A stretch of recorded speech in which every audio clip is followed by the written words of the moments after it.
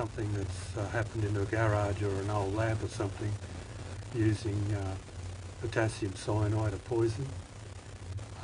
Another one used, and you can see that on YouTube, on the YouTube videos, silver nitrate mixed with distilled water and stirred, and using that as the electrolyte. The product in the market now is, I think it's an American company, totally free of cyanide.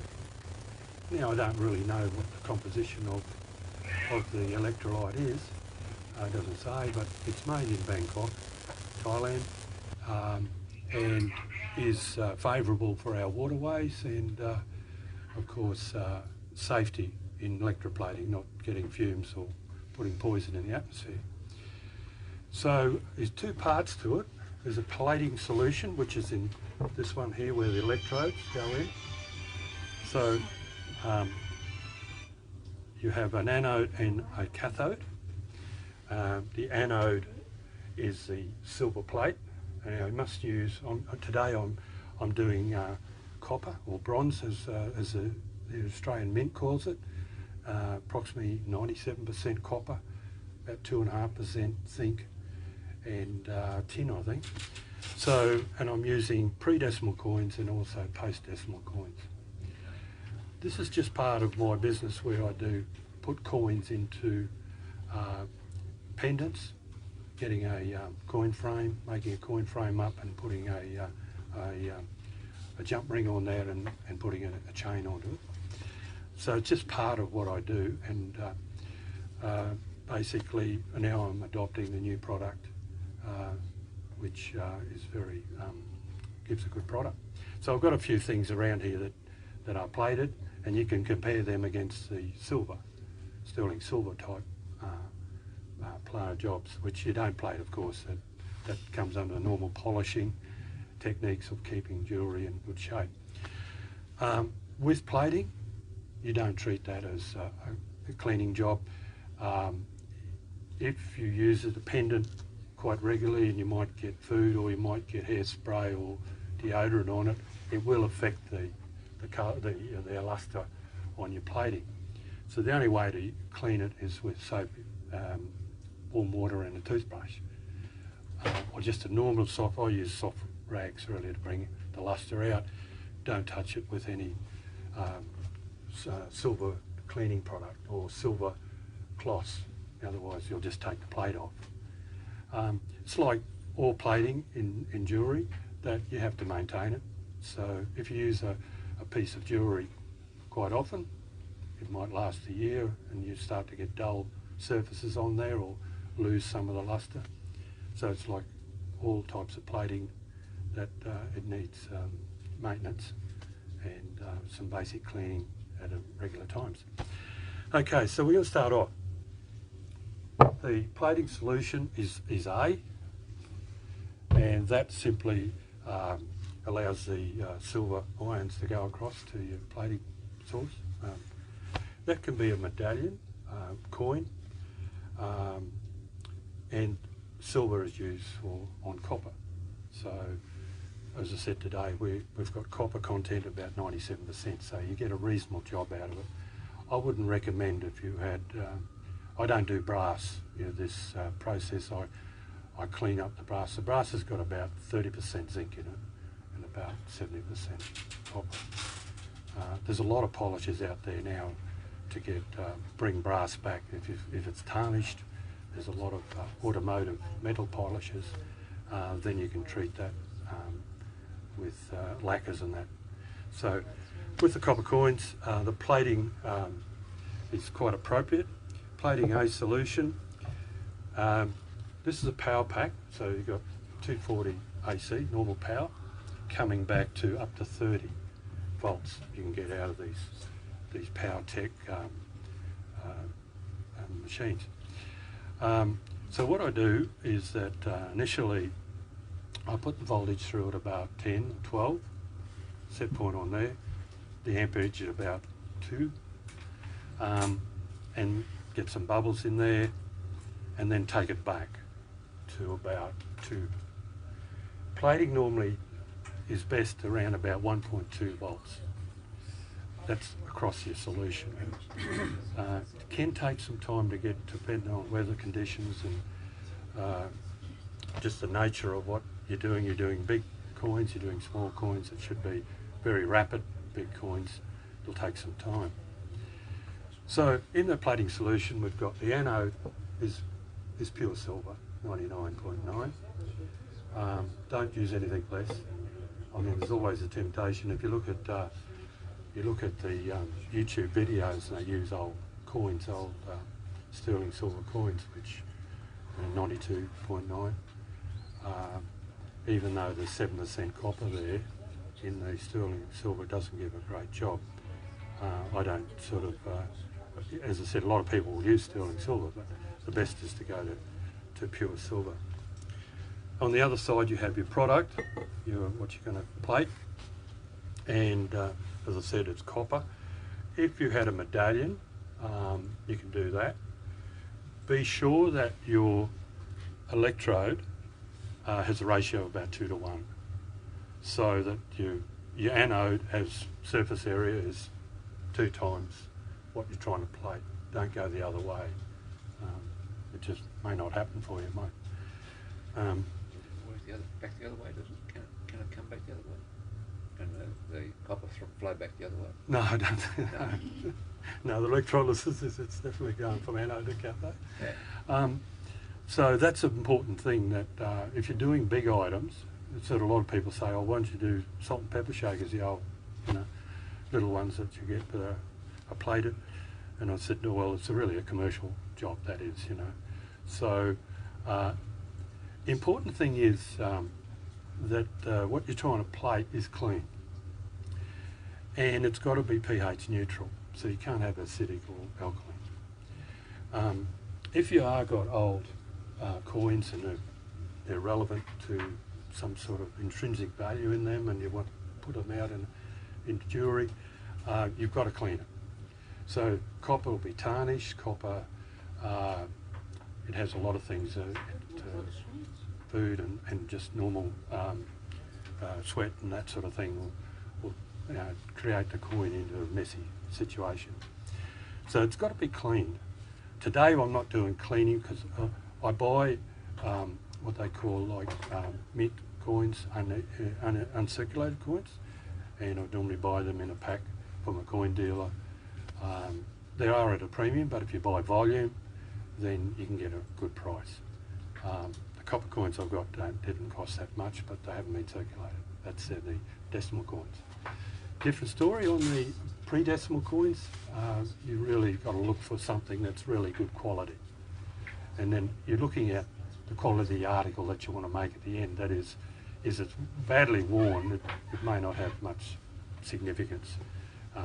But if it's a fairly good coin, as they say, EF, extremely fine. Good morning, how are you? If it's extremely fine, then it may not take a lot of cleaning. But if you've got a lot of tarnish on the stuff that you want to do, then you need to run a similar process using an alkaline solution. The same company puts out an alkaline powder. And so you mix that in the plating bath, or not the same plating bath, but another beaker, and you use a stainless steel electrode. Don't use the silver electrode, the stainless steel.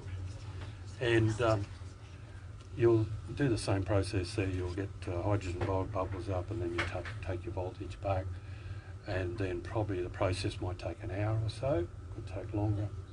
You can't really predict, if you've got old coins in bad shape, how long that's going to take.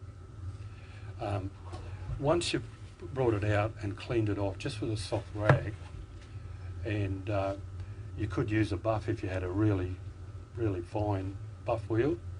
You could try and take it off with that. Then you've got to neutralise it. So you've got to have sulfuric acid, about 5–10% solution, and that neutralises it, but still you don't know it's 7 pH neutral, so you have to use distilled water. And I'd suggest that you use hot water, warm water, and a toothbrush with just powder, washing powder, good clean in and out of distilled water. Now if it's still got stuff on it, I wouldn't do the plating job because it's not going to be great. It'll be sort of toned, where it adheres to metal, it'll be pretty firm, good film. Where there's still a bit of stuff on that metal, it won't go on very well. But that's always, if you've got very rare stuff and then you want to keep them in good nick, then use the alkaline wash. Now I'm not doing that today because I said I brought a number of coins and they're fairly uncirculated. This is trial and error. So this is trial and error with the alkaline solution. Some copper coins bleed if badly with copper, you know, that they've probably may have sat in soft drink or something like that over time, and the metal, whatever you can do, you won't change it sometimes. It has absorbed it. And copper is a fairly soft metal, so that's where the problem will come from. As I said, medallions are good to do if you've got copper medallions, and that's very popular as well. Okay, so we've got the plating solution here, and we're running that through initially on a set point of about 5 or 6 volts, higher to get the thing to generate the initial silver ions across there, and then we'll come back to about 1.5 volts on this. The amperage is starts at about 1, then it'll come back to about 0.4. That'll be done automatically because of the nature of the plating process. So, need a higher current for larger items, or is it knowledge? It'll just be a bit more time, that's all. I wouldn't sort of beef up the process to get there in a shortest time. I'll do a penny, and a penny will probably come in about 15 minutes, whereas halfpenny could be about 7 or 8 minutes. So it does vary, but I wouldn't. The problem is that it is a lot of trial and error when you're plating. That you look down and say, well, I've got enough film there. Now, if it's overplated, it takes a long time to bring the luster out, and it's simply just done on a cloth. We're not using any chemicals. Once we do a post treatment, we're just cleaning it off with a cloth. We're not using any product on that, you know. So the film is very important, and it's just trial and error. If it goes too dark, very dark grey, you've probably overplated. There's no guidelines there to say it's 5 minutes or it's 6 minutes, and overplating will happen in a few minutes, you know, sort of thing. So once we've plated it, we've looked at it and said, hey, look, that's good coverage, then we'll just put it into still water and just take some of the electrolytes, so off of that, just give it a quick damp, and then we put it in post-treatment. Now, post-treatment is part B in the bottle, and that develops the film. Again, I don't know what's in that, but it brings out the film. There's nothing on the bottle to say what it is, but it's an agent that will bring the luster out. At the same time, you're using a water jacket here, 100 degrees Celsius, and in about 3 minutes, if you just get hot water, today I actually use a proper Pyrex beaker in my process today. We've just got the plastic water jacket here, which will lose a lot more heat than the beaker or even ceramics. That'd be good. That'll sort of keep the heat in there. Otherwise, you're going backwards and forwards to your heating source, your jug in the kitchen or your urn over the corner here. So in about, like, you start with 100 degrees here, and that should be about 60. I don't take temperatures because it's just a time in my head. About 60 in the post bath. Now when I pull that out, decontaminate it, pop it in there, and I'll swirl it around there for about 60 seconds. that's developing the film of silver. And you'll see it come up. Take it out, distill water again, dry it off on another cloth. Don't contaminate the cloth, 3 cloths at least. And that's the final cloth to polish it. So we'll start now and just see how we go, and I'll talk along the way. If you've got questions, just fire the questions in. But that's the process. It can take, with a penny, say, it could take 15, 20 minutes. Okay, so I'll start with an old penny here, which was in pretty good shape. Now, this is the tricky bit. What do you have as a electrode? Well, I've made my own. There's nothing out on the market there. Your leads come like this with this power pack. That's probably unsatisfactory to get good connection in general. So I went to what I think it came off a charger, battery charger. So I came up that that's a critical thing. And I stepped up the size of the copper wire to multi-strand. And that's more, I've got more of a gauge on how I'm going with that. Now, there's lots of ways you've got to suspend this in the electrolyte. And I got this, this is a brass socket here, and it just clips on. And I've made that to suit. If you're going to do that, like that, that's a bit tricky. You're going to have that in the, and you get contamination. So I just use some brass, and it's attached like that. I'll just get my glasses out. Now, if your coins have got, or you put a hole in the coins, and I normally go to a point here where it's not on top of the Australian name or the tail of the kangaroo. So I'll place that in there, and that's pretty tight. I have had issues where it has come off sometimes, but you get around it. Okay, so we've got it submerged and we're going straight on power pack now. So the anode's room temperature? Sorry? The anode's room temperature? Yes, yeah. What happened to our power source? You turned the power off there, Mark? Or? No. Switch on. Must be.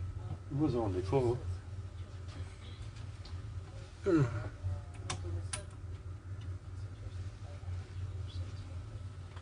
That's so, isn't it?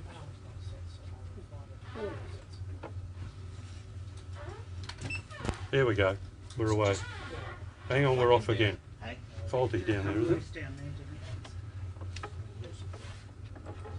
Is it on again? No, not yet.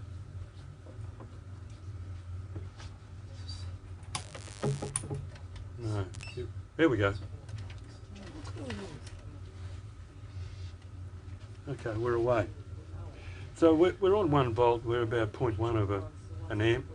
Pretty low, but it should do the job. So when you've got that penny clamped, will the silver go on that? Good question, because when I pull it out to do a good job, you have to relocate it and where it's been plated. Right. I was going to talk to you about a lot of things that I actually drill holes in them and make bracelets. So some of the coins today I'll show you with a hole in it, and this is probably, if you look at other videos, they make cradles up with silver wire and place around the coin, the round object, and just hook it on with the clamp. That can, you've got to do it properly to do. You still have marks there where the wire goes across the rim of the coin or the medallion. Yeah. I don't know if there's any. Let's move So on. if you had a hole in it, so, Oh, no, you're right. and you push the silver wire through the hole, would that be enough contact on the? Yeah, Okay.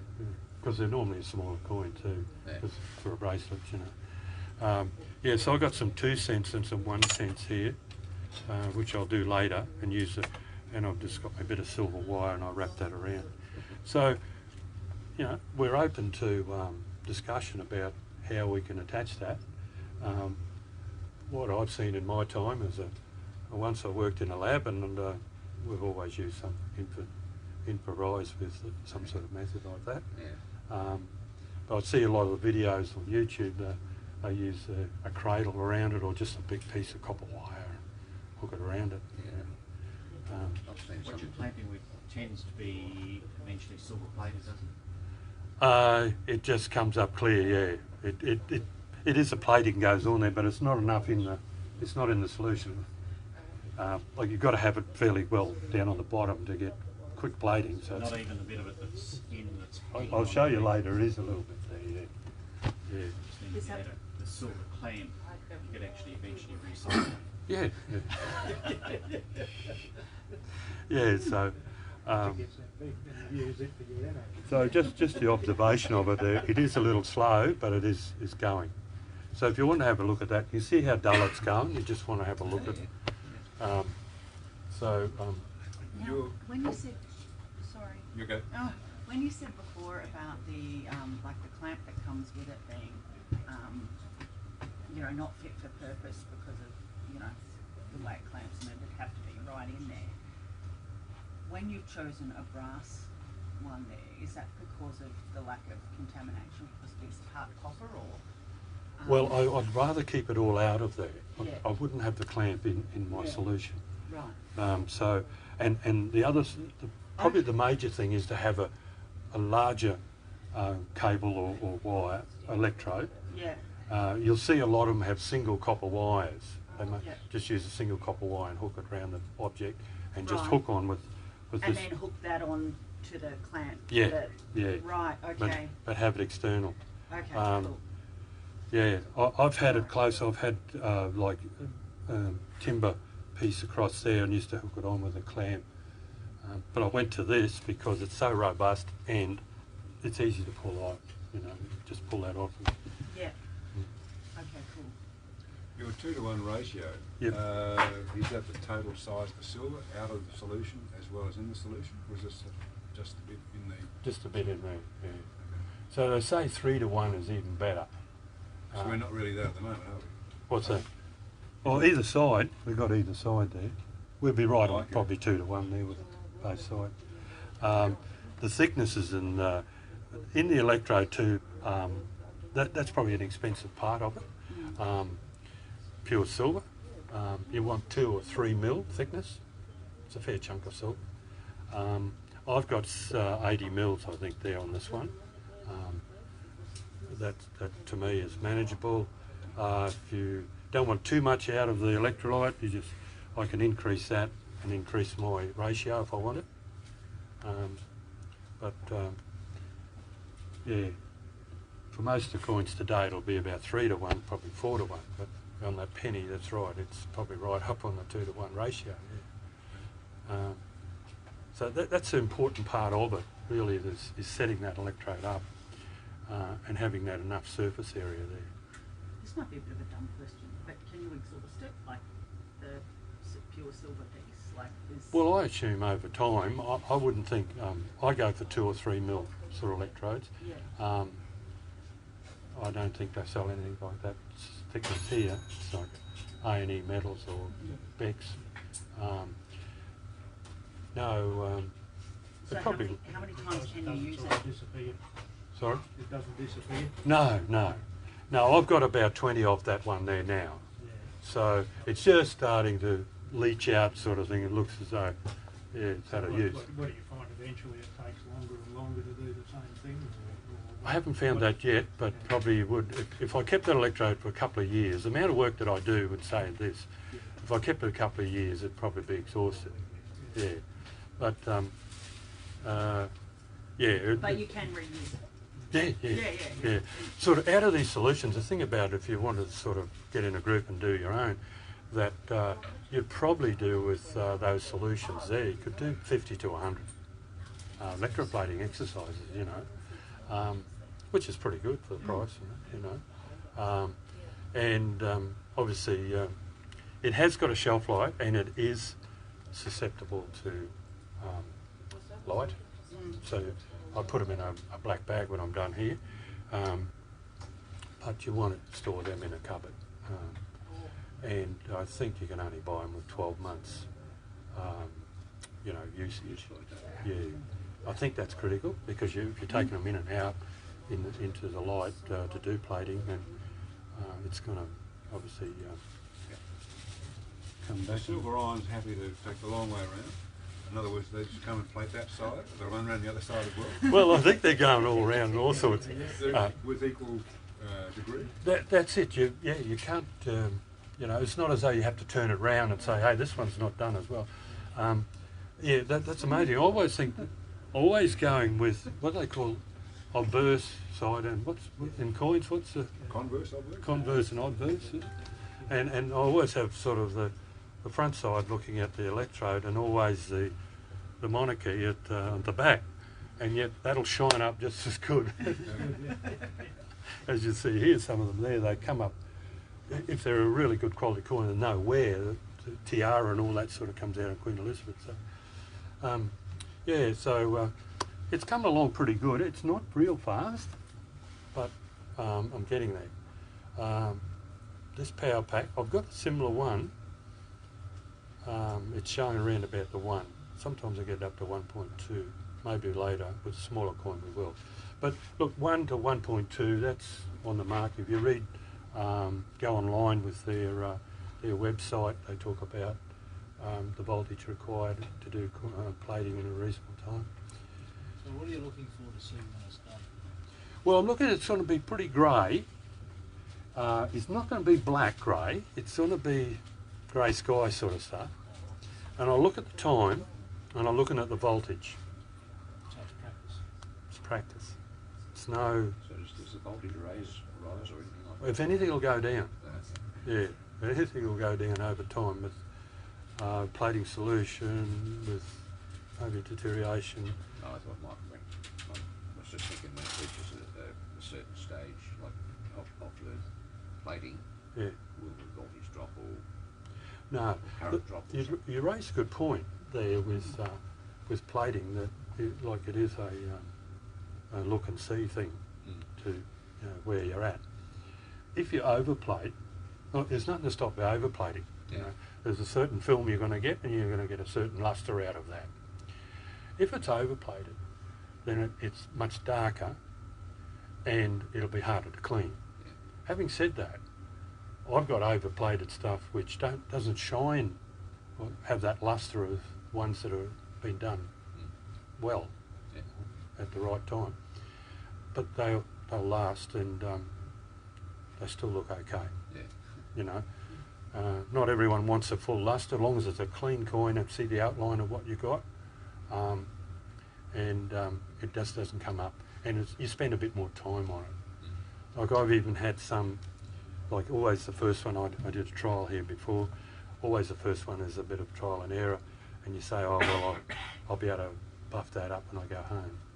You don't need, if you can't have a real harsh buff on it, you just go a really fine buff, and it'll bring it back to even and looking good, So we're getting to probably around about 2 minutes, so I don't know if anyone had the time on that, but you can see. What happens if you overplate? Can you lose any of the detail on your It doesn't go that far, no. okay. Yeah, the film doesn't get that. Look, if anything, if I kept it there, we're still here at midday. If we did 1 volt through that at midday, it would be as black as a spade. It's got plating on it, but we'd probably never polish it up. Yeah. Would you increase the rapidity of the process if you heated that solution? No, it's got to work at room temperature, and I said before, your product has got to be neutral as well, pH neutral. Yeah. If you increase your voltage or amperage, it doesn't speed things up? Oh yeah, but you don't have the quality of workmanship, or be able to manage the process. Like it'll come in a very quick time. You put that voltage up to 6, and it'll shoot across 3 times the speed, and in no time you'll have it overplated and difficult to get the coin to be luster. Having said that, you can still bring them back, but I haven't got the tools here to bring them back here today. I've got to go in the workshop to as I said, you can You can polish all day and then get that back. It won't have the luster, but it'll probably last just as long, well, longer than the others because the heavy film that you got on there, you know. When you say the product needs to be pH neutral, do you like litmus test it or something first, or like Well, how no. do you know that it's? Well, washing in deionised water, the still water, just that's enough. enough. So does that Okay. mean then that you can't have a piece of whatever you want to plate on something organic like timber or horn? Yeah, no, you won't. You won't be. No, it's pretty fine. Like, there's a lot of plating out there. Rhodium plating for jewellery, nickel plating. I think that's it's hard to maintain that because nickel doesn't come up too well. It's sort of dull metal. You've got to buy a nickel plate anode. Silver, to me, gives you a product which can look fantastic, polished, clean. So yeah, there's a lot of metals you can do in plating, but yeah. That pH rule is general across all. Yeah, basically for the silver ions to move across there, it's got to be neutral, yeah. So that's critical. Like the preparation of what you're plating is so important. And you can't spend enough time, if you've got old stuff, you can't spend enough time cleaning it. And it may be trial and error. You might do something that you can mess up and learn from that before you do a better item that you got, you know. So, And the yeah. concept's the same for all plating, like what you're doing there, whether it's rhodium or gold or. Much the same. I Yeah. can't speak, I don't do rhodium plating, but it's common here. We've got a lot of materials here to do it in the AJ. Effectively, what you're doing there is the same as the old chrome plating on your bumpers. Yeah, You yeah. pull that Yeah. down plastic. So I'm just going to turn that off. So what sort of depth of plating do you get on that? Do you mark it on the forefront? Yeah, I haven't tried that out. But, good question. Now, as I said, I'm just going to shift this round and just finish off. Can't see without glasses.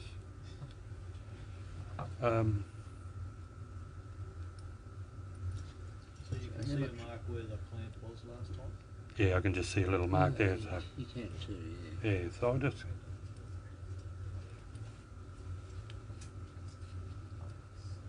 Wrong side. So I'm just going to finish off. Make sure you turn off your power pack. Sparks everywhere. And I'm just going to turn it on. Hopefully it'll go back to 1 volt, which it has. I've used this towel this end because that's for the post-treatment. That's for the very important. Separate your system of towels, distilled water, and cleaning. Okay, I'm not standing in front of the camera here, so You're in I full should view. be. And what? Do them dance, you'll be right. Yeah. So. So with something like gold, Mhm. everybody else. Well, might have to tell this is obviously. How can you? So that's plating pure silver onto the Mm. coin. Mm. With gold, you'll often see 9 carat gold plated. Mm. How do you plate it to 9 carat? Doesn't it just leach out all the? No, it's going to be from your anode. If your So- anode was 9 carat gold, your film's going to be 9 carat. Yeah. So how does it know to So that leave all means the other stuff and just only get the gold? Yeah, yeah, I get what you're saying. Oh, yeah, I said, it's yeah, taking If it's a gonna higher leave- percentage of copper if or it's gonna something leave else the- compared to yeah, plated carat. it's going to It'd leave have the to do with impurities. base solution, wouldn't it? I think you couldn't have a copper. You'd have to have an alloy, fairly solid alloy. I don't think you'd use copper. Although they're doing rose gold on copper. Yeah. That's a popular one. I'm not so much plating of gold, but there is. You can actually buy gold plating material, which is expensive. Yeah. And if it's a trial and error, you're mucking around. Yeah, that's the thing. But yeah. We've got a good Has anyone got the answer? I want to know It's too. intrigued me forever because I just assumed, but no, that's pretty simple, isn't it? 100% to on 100% on the other. Yeah. When you start getting the 9 carat, that was the extra impurities. And then you said if you put in sterling there or something of a lesser value, you don't get as good a result, but it's still only pulling out 100% silver out of it. That's I right. imagine. Yeah. Yeah, which is why I was a bit amazed when you said that that would eventually wear out. Yeah, well, Because it's 999 silver. What's Yeah. going to wear out? well, just coming down to under sort of mill, you know, So it thickness. gets thinner. You said Thin. in a year or two that'd be worn out. Does that mean the bottom half of that's just going to be gone? Well, over time it would, yeah. Yeah. Yeah. Paul, can I have some hot water, please? Yeah. You got enough hot water? Sorry. So we're going to develop this coin there. Thanks. Yeah. The thing is, you're in the game for a fairly long period, then you'd buy a fairly thick electrode, and I think that one came from Beck, PW Beck Metals. They're on the net, Adelaide, Brisbane. Yeah, I always get one from my eggs. Yeah. So I know. Yeah. Yeah. So if you get 3 mil, So I'm going to drop that out and then put some more in. yeah, it's got to be 100 degrees Celsius. Yeah. So what Paul's doing is giving me a water bath so I can put in the post treatment and get that to 60 degrees. Again, I'm only using rule of thumb. I don't put more because of the time frame to get it in, circulate the coin in amongst the post treatment, decontaminate it, bring it out, and polish it. That's sort of you want to have that as a fairly fluid process.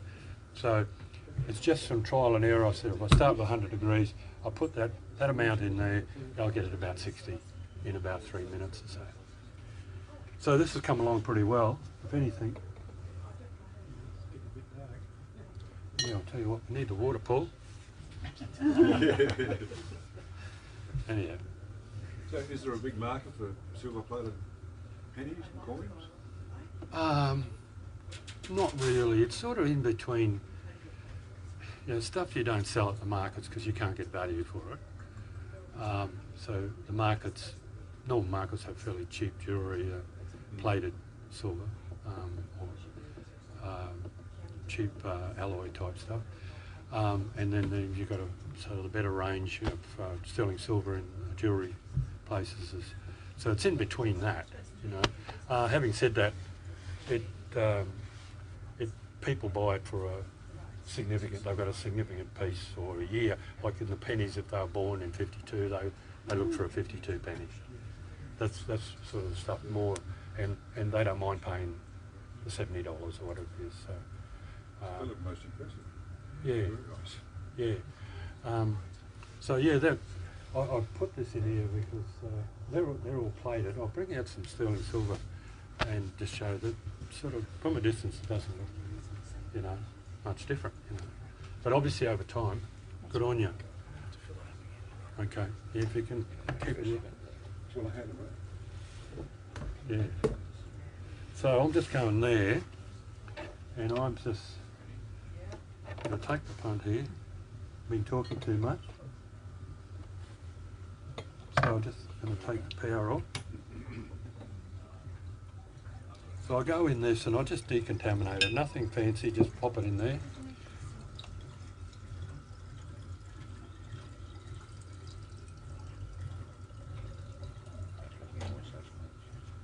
And that's again using another part of the cloth.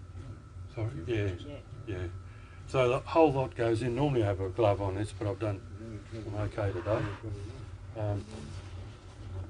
So I'm going to develop it now, and this is 60 seconds.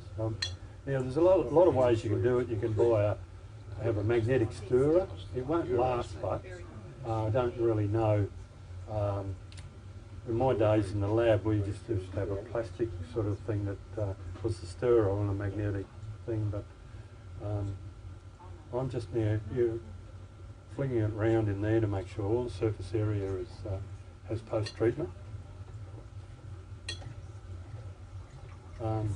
Can you explain what the post-treatment is, or how it does, how it sets the silver? Or? I'm still going to look into that because, as I said, American company made in Bangkok, and the bottle's just saying it's poison, don't touch. And they'll probably just give you some hoo-ha about it being proprietary and patent and all of that. That, yeah, there are a lot of companies There now. should be an MSDS that should give you a bit more information. Yeah. Mr. Goodall must know. Possibly. So I just take that off. Probably product disclosure statement or something like that. So now, this is the critical part, is that you polish it straight away. I think if you left it, you've got the film and it's going to be a bit hard to move and what have you.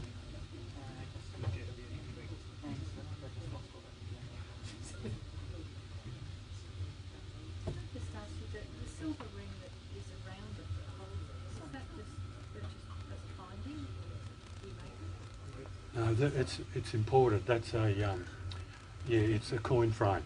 Coin frame. Yeah, it's a coin frame, and that suits Throppen's Australian. I think I've got UK coins. So you just buy it. So that's pretty a reasonable plating job. You want to just pass it around. That's 100% or 99% of the finished product. Except for the weight. So we'll go ahead and we'll do a halfpenny. I spent a lot of money on a halfpenny here. I wanted to really do a good job on it. Yeah.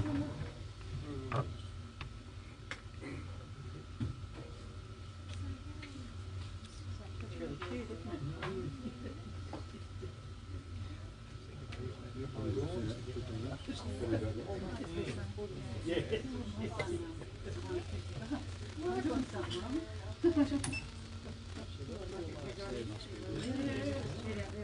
Or is that something other?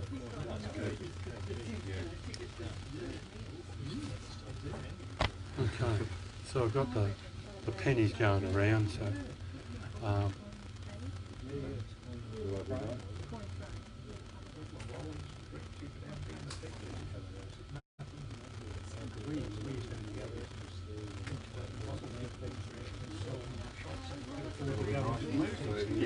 so there's no plating there, that's straight on sterling silver. Oh, right. So the coins are sterling silver and the bracelet, the chain, the bracelet is sterling silver as well.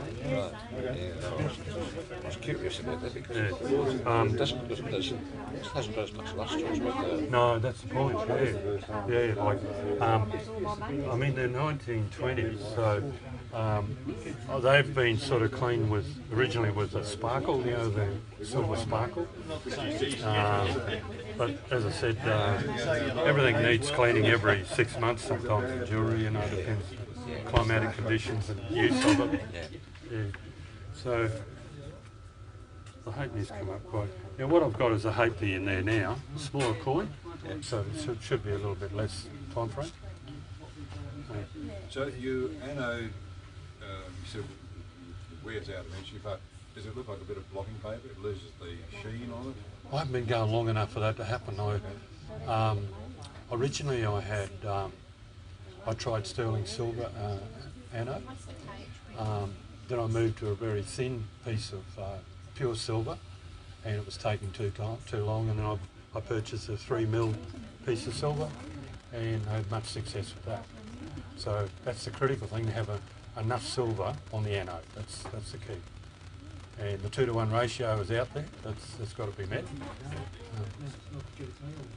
Does it matter? It's vastly more than 2 to 1. Oh, it's just you're probably going to have a better plating process, you know. Yeah, if you can have 3 to 1, I could build up the electrolyte there and take it up another ½ inch probably. But I'm comfortable at that height, pulling things out and not making spillage and all that sort of thing. When you finish today, you put that in another bottle separate? Yeah, I've got, because I'll reuse it, yeah. See, this product, the 2 parts, I think sells for about $270. So, you know, you've got to look at having it. Is that where the solution comes from the two of these in your... Yeah, you've got a plating and your post-treatment, A and B. Sorry? That's a good question. The yellowness in there, is that like just an unevenness of plating or where you can see, or is that just part of the film that needs to be polished? Yeah, probably I need to polish a bit more. It should be even, it's just a lack of... But it's not like there's copper coming through, it's just, is that the film, like the... I think I'm actually putting pressure on this now, and I think that's coming out. Yeah, it's, you sort of lost it a bit there, yeah. Yeah, I see, okay. Yeah, it's critical. Really soft cloth, you don't want to damage the film, and just a bit more pressure. But having said that, if you have, copper does leach, so, and each coin is different in lots of ways, you know, wear and maybe composition or slightly in composition or whatever, and that sort of batch. So you just put it through again. Yeah, okay. Yeah, that's just for less time. And I leave these, once I do them, I leave them out for 7 days because they are sticky. You don't want to put them in jewellery. They feel sticky as though they're still plating or something, you know? Yeah, so I do leave them out and then... And like you know how humidity can sometimes turn silver black. That's not going to affect that. That's just well, dry. Yeah, don't have them outside. No, that's right. Have them in dry. Really hard. Yeah. But that I would assess that after that has been set out for a week, whether I put them into jewellery straight away or whether, as you just commented, there is a bit of a, I put it back through the system again. Okay. And that's not a big deal, sort of thing. Yeah. But if you are putting product out in the marketplace, then you want it 100%, and that's the reason. So, but yeah, it's time frames, it's conditions, and all that. It can change, and yeah, it's no rule of thumb with it. But, yeah. So just say you've got like at home, I've got a like a cuff bangle that was silver plated, and the inside of it, of course, is wood, and you can see the copper there. If I wanted to redo that one, I could just chuck the whole thing in. How big is it? Like it's a 1 centimetre cup. You'd probably want a fairly large container and using a lot more material at part A. You're probably going to use a wire to hold it up somewhat, probably on an angle like that. Can work. Excuse me everyone. Gentlemen, you had a question earlier on about 9-carat gold. Yeah. Andrew may have the answer that everybody wants to hear. Is it Andrew speaking or Google speaking? No, it's me speaking. I probably learnt it off Google a while ago. It's actually the way they formulate the solution. They've actually formulated the colour of the 9-carat. So it's not really a 9-carat gold plate. It's actually 9-carat gold coloured plate. It is a pure gold. I'm talking about our solutions. Our cyanide-free ones. If you're talking old school cyanide-based ones, that's a totally different kettle of fish, and that's more than likely not so much a plate as what they call a gold-filled technique. So yeah, it's the way they actually make the chemical mixture, which gives it that 9-carat gold color. So we've got 9, 14, 18, and 22-carat plating solutions. All right, it's the actual color that it comes out of that carat. It's not actually a carotted gold. So you use the same anode. All 4 of those use a stainless steel anode. It's a different process. Yeah, right. It's a different process, a little bit easier process than this is. But yeah, there's a marked difference in the actual colours between each one. All work the same with a stainless steel anode. All take about, 45, 60 seconds each. Puts a flash plate on. Now that's the important part. A flash plate on a ring will last you 4 days if you wear it. Okay, I speak from experience. I tried it, I tested it. A flash plate will only last you 4 days on a ring if you're wearing it. On a pendant or a pair of drop earrings, you'll get months and months and months out of it because it's not in contact with everyday life as much. I did a demonstration of a what do they call it? Straw casting pendant. At one of the lapidary clubs. I said, someone give me something, because I didn't have anything with me to plate. She gave me the pendant, I gold plated it. She wore that on and off for 3 years before she sold it. And it was still plated. Alright, so on something that doesn't get a lot of wear and tear, it lasts, it's a plate. But if you're going to market them, look, it's gold plated, it will wear off. But tell you what, come back in, I'll redo it for $10. It's the colour. It's the colour, and it's the chemical composition of the solution that gives it that colour. So technically there's no gold? No, it is gold, it's 2%. There's 2% gold in the solution. So the minuscule amount of gold actually ends up with the thing that gives it that colour. Okay. Yeah. Thank you. So in this solution, This is silver. is there silver in that solution? Yep. Okay, right. Yep. We're actually working now on a way to get used solutions back and get them refined. So that's a work in progress. When you're plating away, you've done a number of objects. You tell your solution's getting old just by it's had its time, but the finish isn't The done colour yet. of it, yeah. It's not done It'll yet. stop. Yeah. Yeah. The colour. You'll get a splot. My favourite one was with rhodium. You get a splotchy finish, and you just know, all right, that's it. There's still rhodium in that solution. There's still acid in that solution, but there's not enough rhodium and not enough acid concentration to plate onto the material. Right. So what you do is you put that aside. Hopefully, bring it back to us in time, and we'll have a way to get you some money back for the rhodium that's still in it. Not just yet. And you go and buy a new bottle of solution, which is currently about $900 for rhodium. Yeah. How big a bottle is it? A litre bottle. 2 grams. So if your coin that you're plating is not great quality, your electrolyte will deteriorate quickly. So it's always critical that is the product that you put in there is clean. Yeah. Thanks, Rick. Thank you.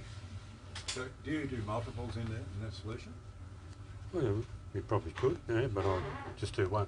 I mean, it's I'm sort of talking today, and I'm sort of in my own sort of space. I'm probably looking at it every minute, you know, and then that's fairly critical because, as I said, don't overplate because you're not going to clean it in a day, you know. But yeah, you probably could. But as I said, look at the ratio of electrode anode to the product. It will slow down. You put another product in there. I'm just about done with this one. You still have to keep to that minimum of 2 to 1 Yeah. ratio. Yeah. Yeah. Maybe the must be voltage up a bit in multiples. So I'll just clean I it feel up. like I need to do the mad scientist thing, you know, instead of the voltage up.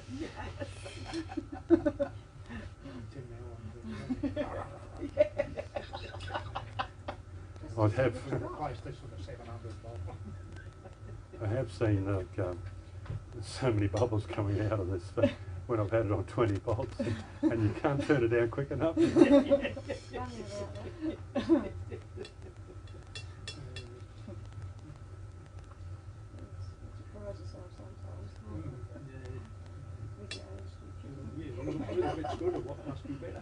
actually see the silver through the solution. This is very manual, but as I said, you've got to look at the product all the time and how far the film's advanced. And this one's going to come out fairly good. It's critical to have this water bath correct as well. You know, wouldn't recommend using Tupperware. I wouldn't recommend using the plastic Tupperware. You know. But anyhow, that's beside the point. We can do the job today with this. Righto, so it looks like I've just about got that right. I'm going to clean off in there. With your cuff, with the cuff, what would be the required out of that? Because obviously if it's contaminated, so you've got to scrub the worn part on the bit that fits the surface if you're going to plate it, replate it. Like he's talking about the cuff I was asking about, my Yeah. cuff that's worn on the inside. I've given it a polish, like a clean Yeah. lid, It's hard to say, like, you'd have to look at the article. If it's fairly worn on the outside as well, it will pick up a fair bit of film. If it was in really good shape, it would probably be overcoated. Yeah, that's probably the case. The outside's And beautiful. correct, you're looking at the inside to say how much coverage I've got there. Yeah. So yeah, it's So a, that's what I was thinking, maybe I might need to look into pen plating or something. yeah. I don't know.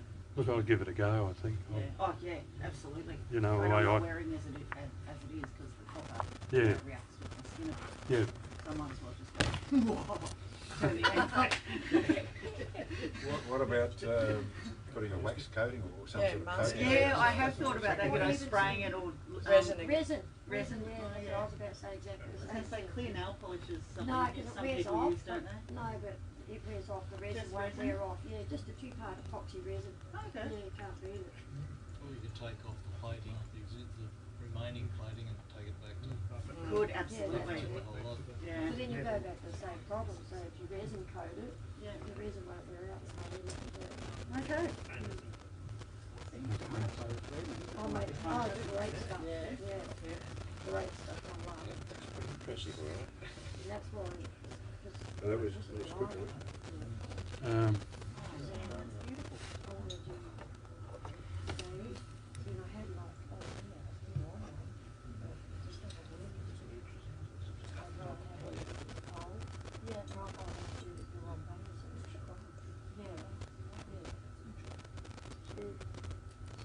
Up the top there's no cage, maybe that's what it is. On the front.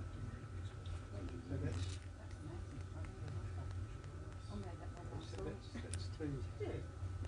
Is that two layers? Now what it is, that's one layer. Then see the purple stuff is a powder. And then these bits are a chip. Oh, so a little bit. Yeah. Yeah, they go joining in. Yeah, there's different ways, whereas this is two layers of different this is the dark grey, this is one that has all these little chips. Read the words. Yeah,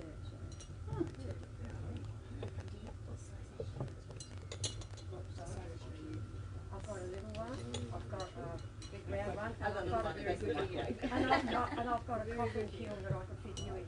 And that's the shape of it. That's what it's called, it's coffee. Yeah.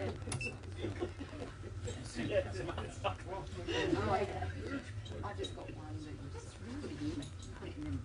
Yeah, but see, it's not an eel. And you glass will shout out just out of the blue if you're not careful, because you must be an eel with glass. Like you're an eel in silver, you must be an eel with glass. Because if you don't, it will just explode. Yeah, you could just be walking down the street wearing something and... so what I've got on now,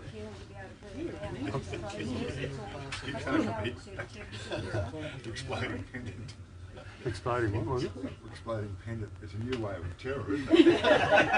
Yes, exactly. So what I got on now is decimal coins, bronze, 2 cents, and they were uncirculated. So we'll probably get a really good luster out of these. You know, they're have minimal, you know, in the hands of people, that, and they've just been cleaned with soap and water. So we've got that. Geez, it goes black really quick. I mean, like that darker. Oh, really it's going like a rocket down. Yeah, it is. Yeah, yeah. So the adherence of the film is Yeah. perfect. Yeah. So those, there's, I can see a little bit of cleaning required on the Australian part there. Now I'd probably go to a buff after a couple of days and just lightly do it, touch up, and it'll take that out. But you know, sorry. I was just going to ask you, you're using a soft rag, but are you putting a lot of pressure on it as you do it? Yeah, that's correct. Yeah, you can't do much damage with the thickness of that, and it's less. Around the edges, I'd say microns thick the colour there, because you can actually see the colour through. The colour of the copper. Copper, yeah. Yeah. Would you use a Dremel on it, or would that be too harsh? Oh, I wouldn't touch it with a Dremel, no. See, has that got a milled edge, or they're a smooth edge, is it? Yeah. See, that would go into a frame, so it's not that critical. If someone just want to put a hole through it and put a chain on it, then it would obviously look a little different there. But yeah, but there's no, there's no formula on how you're going to get that product out. Even after 7 days, you say, "Well, I'll be critical about this. I can put it back for another 5 minutes." And I'm getting like I could sit here today and probably do 20 or 30 coins, and provided my source of the coins were in good shape, clean, that solution will do use that again. So you probably could get 100 coins out of the 2 bottles, probably more. I'm not clear. That solution, is that a mixed solution? No. 2 parts or whatever? No. It's just one part. One part with got some silver in it, whatever. And it comes in a kit, or you buy the bottles individually? You buy the 2 together, yeah.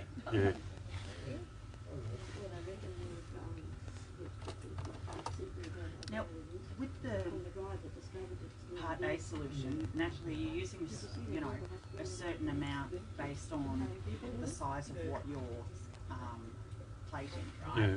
So, if you're plating something bigger, obviously we're using a bigger thing with more in it. Are you using an equal part of B?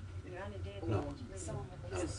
So you're going through less B solution, or you Yeah, can reuse B that is a kind of- wash. B is a film development Yeah. product, enhancer. It doesn't work without it. Yeah. No, I guess I'm thinking of the like the old 6 hot dogs to 8 buns rule. No. Do you end up going through one solution quicker than the other, or? I try and keep it about the same so Yeah. that the bottles go down similar. Yeah. So that means that you probably you're not going too generous here on this, on the electrolyte. That's where I sort of sit about halfway, and I can turn that silver plate around next time or time after, whatever. So I just operate on about the same level. Yeah. So I'm not overusing chemical. I just got enough there to do the job, sort of thing. Yeah. Because it is expensive when you look at it over time.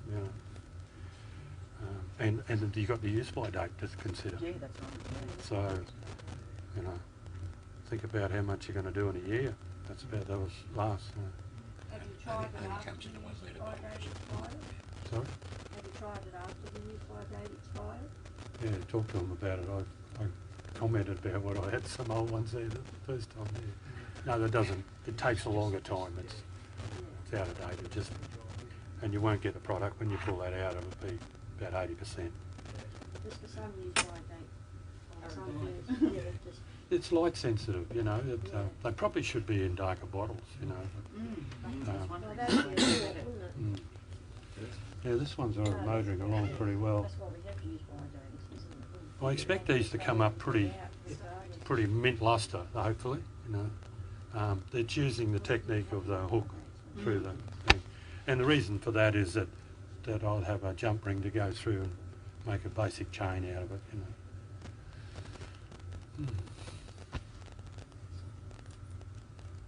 So everything's Do you going. plate them as well, or just coins? Plate what? Like the jump rings and the necklaces and all Oh that? no, I Or buy you all just buy sterling all silver. that? Yes, buy it as sterling silver. Yes.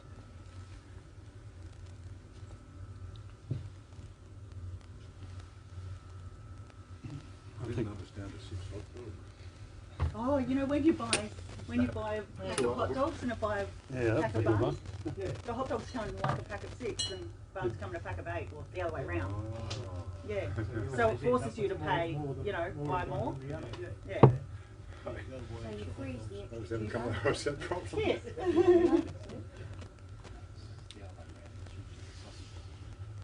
Yeah, I was going to say it's eight hot dogs to 6 sausage, 6 buns. Yeah, that's right. Yeah, but it was about the equal parts, Thank you. My hubby's a meat Yeah. inspector, he won't go near a hot dog. I just thought everyone He should thinks say. I'm such a fussy idiot, he can't believe I eat them, but he's scared me off. Well, only because I eat sausages. Oh, you've just got to watch how it's made on YouTube. Great. No, I've got a hubby who's a meat inspector. But I know Yeah, about it. stop eating everything. I never used to eat meat before I met him. And I felt really bad for him to cook me the steak after 3 months and he was sick. Sits in your gut. Really heavy.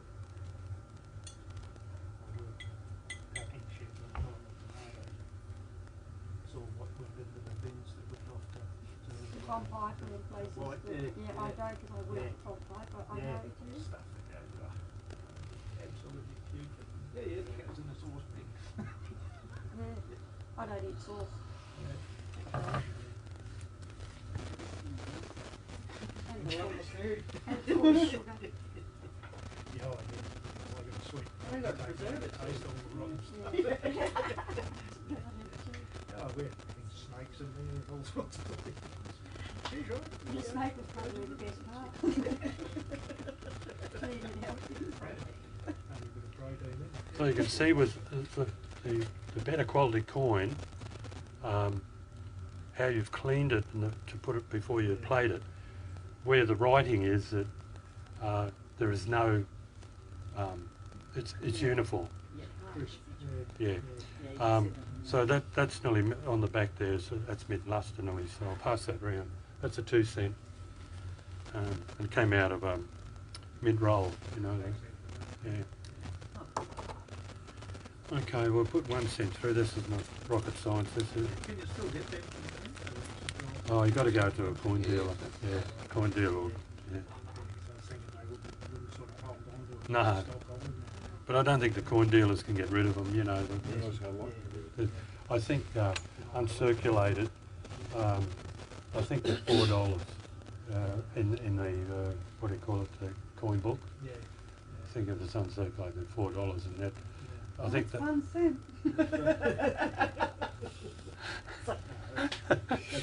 Yeah, but who's going to pay $4? I think that's it. You've got to put it in. You have to put it in jewellery to sort of get someone to appreciate it. Yeah. Okay.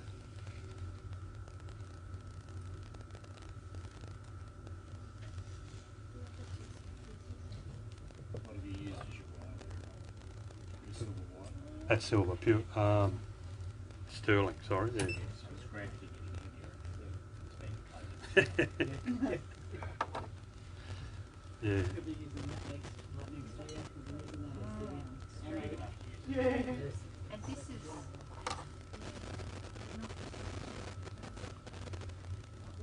Let's check the void on it. Yeah. Okay. Commercial operations that do jewellery and stuff, do they cyanide solutions too, or what do they use? Oh, I have to ask Andrew. Andrew. I think he's pushing the non-cyanide product, don't you, Andrew? Is our jeweller still using cyanide product? I'm not taking avoid it. You need licenses for cyanide. License to have, license to use, license to mention it. So it's really, really painful at the moment to use a cyanide-based plating solution. There's a couple of casting houses in Queensland that do it. Queensland Silver Platers and Queensland Electroplaters and Queensland Electroplating and Silver Platers and something or other will both probably have permits for it. But anyone else, we had a jeweller try to do it 3 years ago, 6 months of jumping through hoops and paperwork, and he still never got it. So what's the normal thing to use? Anything but. Commercially, Yeah. there's some of it. That's the quality of it, the coin they'll start with, you know. Okay, what they were called, but, you know, Yeah, that's big silver amazing. plating That sign up just there and so on. Mm. I presume you can get anything from bangles, bracelets.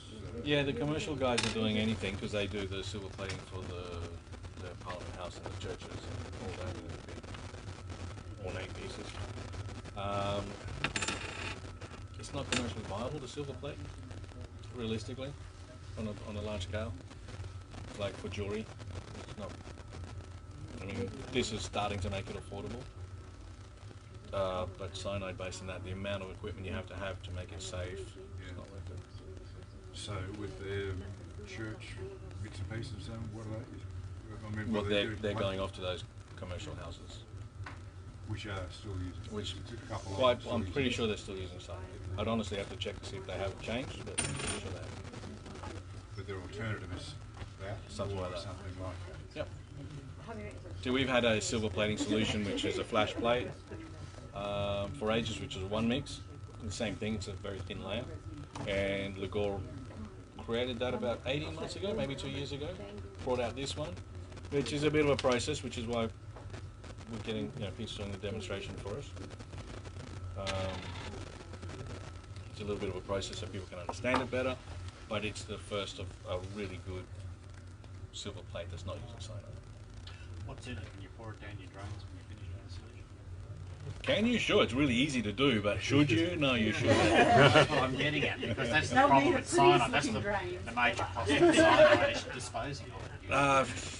Yeah, and that of course, and all the PPE, the personal protection equipment, and fumes, covers, etc., etc., etc. I'd honestly have to double check the MSDS. No, it is not perfectly safe, but it's a heck of a lot safer than cyanide ever was. Thanks. Or is, considering I've got some over there. I can pull up the SDS for you and double check.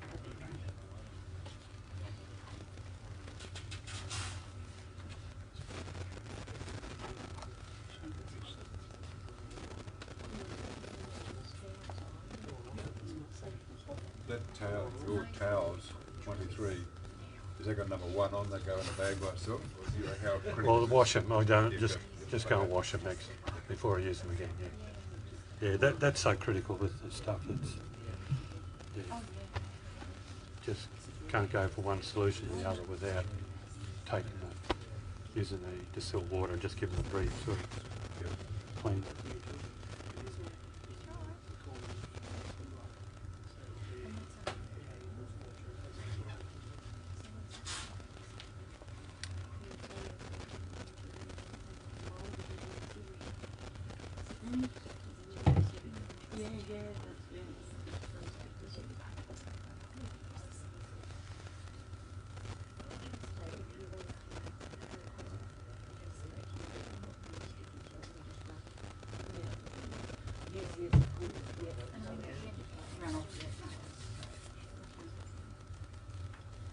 So I've just got 1 cent piece in here. It's just about ready, but I'm waiting for the hot water just to get the post mix right temperature.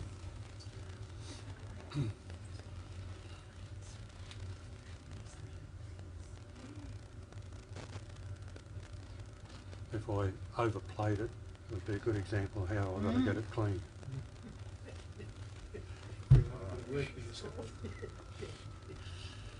Yeah. Thank you. Okay.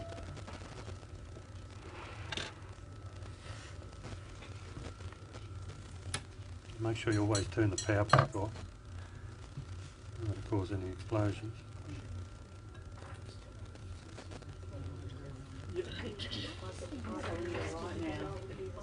That time frame's not critical though, is it? If your water wasn't ready for another 10 minutes, if you take it out of the plating solution and just still water, that's... Yeah, it should be there. You made that comment about making sure you turn it off because you don't want to have explosion. Are these flammable? Yeah, I think they are. Yeah.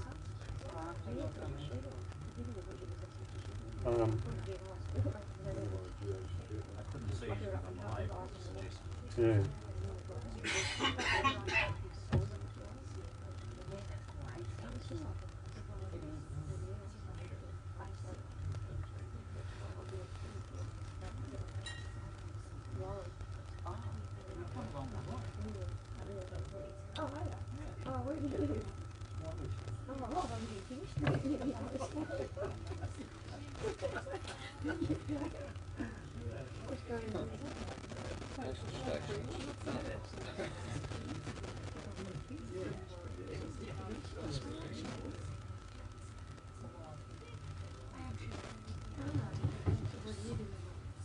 So it's a 1 cent piece.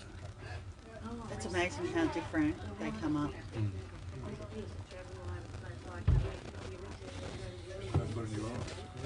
I guess not. That's the first trick. So I'll just pass it around. Worry about picking the bottle up.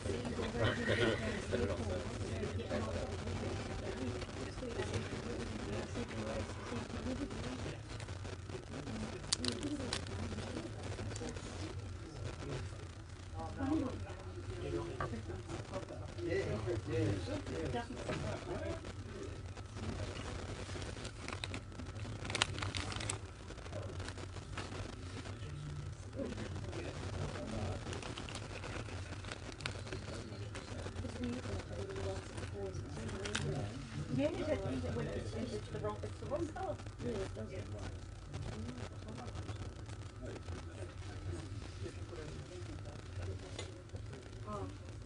Yeah.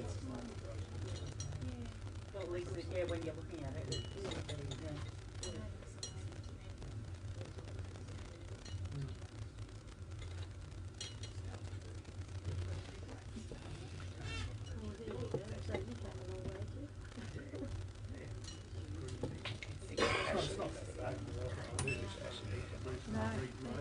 Get back up again before lunch.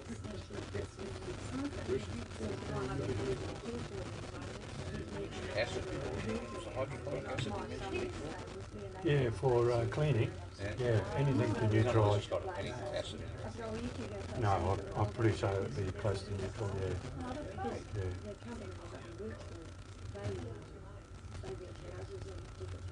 It's not just to get the item, to get all the rubbish off the item on the plate. That's a major thing there. And sometimes you don't realise where that product's been, where it is, you know, if it's had a lot of hairspray or perfume over it. And it's so hard to get off because copper, if you're looking at copper, it's a soft metal and it absorbs it. I think coins now are released with some sort of lacquer if they're in the bronze range. I don't know, we haven't got any bronze coins. Some mints actually do a lacquer on there, which keeps the coin in reasonable shape for a year or so. Yeah, that's the key, and that's probably the difference with uncirculated versus that this would have been. It was a quality coin. It's come up quite good, you know. But and always make sure you don't buy unless the tiara and the head is in fairly good shape. If it's worn, it's not a good item to spend this sort of money on. And, so you might pay a few dollars for them, but. I'm going to have to go, but thank you very much. That's fascinating. I won't do my job. I was disappointed to find put any organics in there. Yeah. Cattle. Yeah. Thank you. Okay, all the best.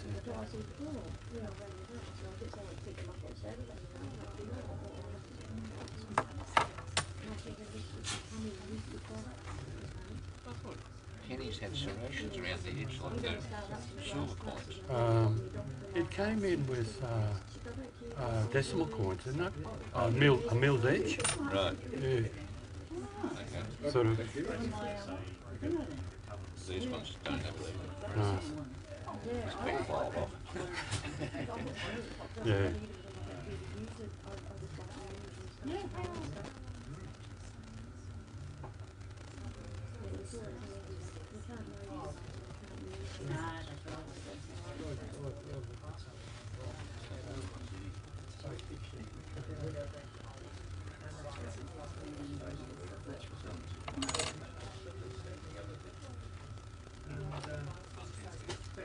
It's a usual sort of So we're going to know how to do it. doesn't tell you anything at all about the product. It says it should be recycled until the soil.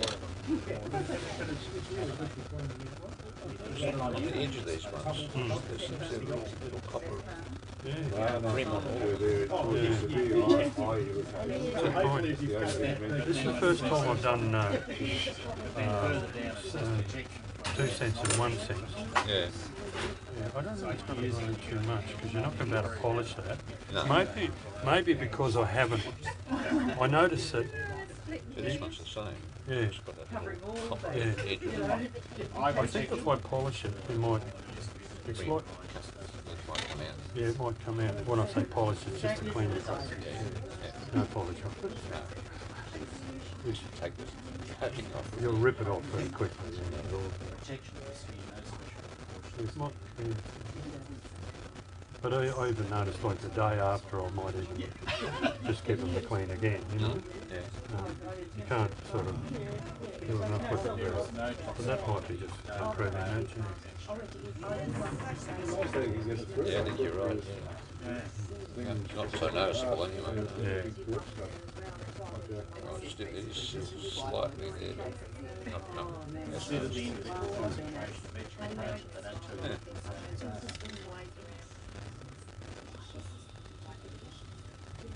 So I've done probably 18 months of it, since those products have been out. I think that's the third lot I'm on.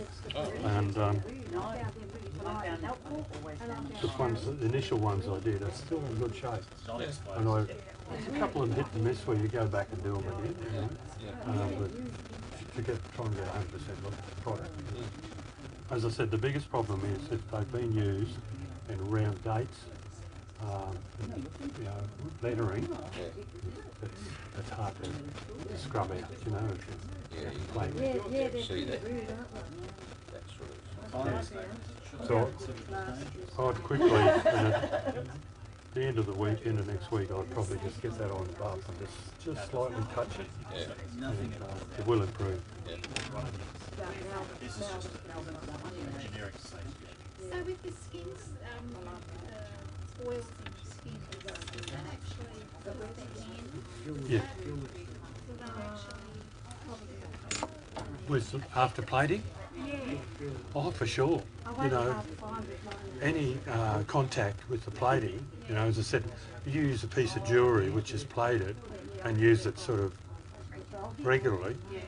In a year, it may, depends on, you know, whether your food's hit it or whatever. It's probably best just to get soapy water and a toothbrush and just clean it over, you know. You don't need to rub it too hard because bringing it up to lustre is right up that post-treatment. You won't improve it. You know, that's what I say. If one is not 100%, I'll put it back through the system. And, yeah. And you will get it right, you know. It's no science behind it, you know. Yeah. But if you can get a good quality product that you want to do, then it should be fine. But you buy used coins or used medallions and think, well, oh, it should come up all right. You know, someone might have been a worker within products and, you know, just it'll go into the coin. You know.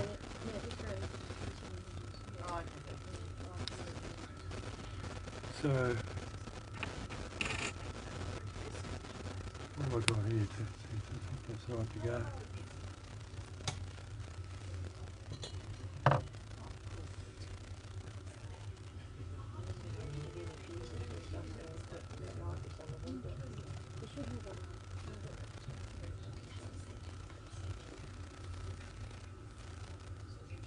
Here we go.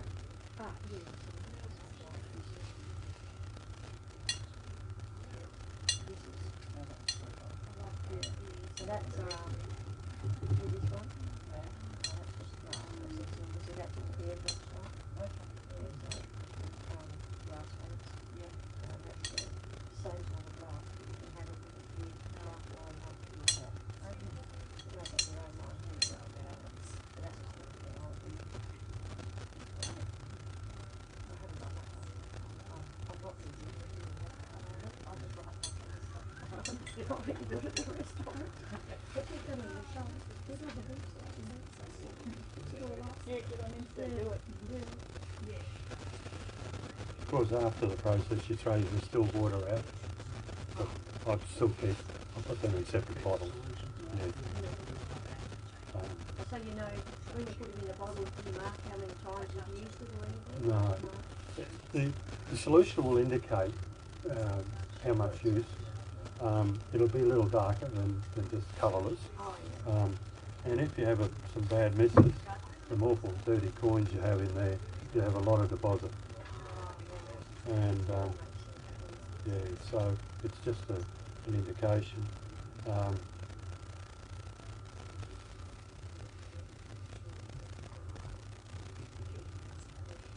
So that's a 2-cent coin, and it's come up pretty well last hour again, so we'd expect that. It's uncirculated coin.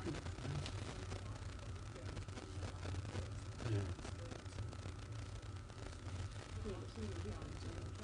Yeah.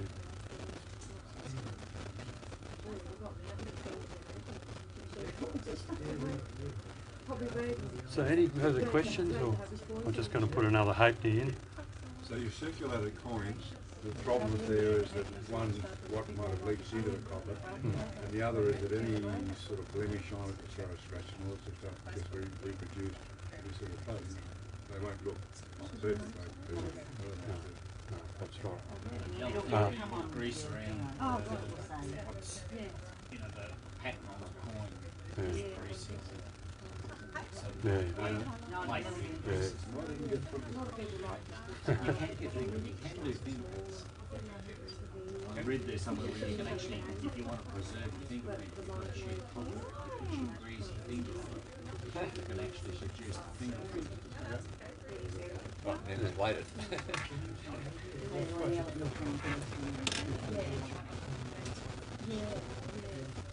That one's come up really good. Yeah. You seem to it's perfect the system as you go along. It's sort of, you know, you think it's weather conditions or the coins that you've got. Yeah, now I'm working with uncirculated coins. They should be perfect, you know. And you shouldn't have any. You shouldn't have any, you know, stuff on those coins. They're in good shape. But the pennies have gone through a hell of a lot, probably oil or whatever, mess all over them, you know. What do you normally clean? You can clean up a special coin, but it's an old coin. What do you use to clean it? Go to a jig or something like that? No. The first thing is just use soap and water. You start with the basics. You start with hot warm water and just laundry detergent powder, laundry powder, and with a toothbrush. And do it under a stream of water in the laundry tubs or something. So do that twice, and then assess it, dry the coin off and assess it. If it's still got junk all around the lettering around Australia or around Queen Elizabeth, whatever, you may go to a buff. Not a cleaning buff, but a polishing buff. And not give it too hard a treatment, you know, it's just pushing it in a wheel, just on the outside. Does it need to be a clean one so you haven't got any of the waxy material? It doesn't necessarily, because you're going to go back and wash it again with soap and water. So then just look at it, and if you've still got tarnish in there, that's not going to come out unless you use this alkaline solution. Once you go into this, it's a long drawn out process, because there's, you know, depends on how much damage is on the coin. So you're making a solution up like that with distilled water, and using a stainless steel electrode, and you belt the current through it, the voltage, and you get hydrogen bubbles, and you just cut it back, and then you'll look at your coin where the rubbish is coming off into the electrolyte, or it's just staying there.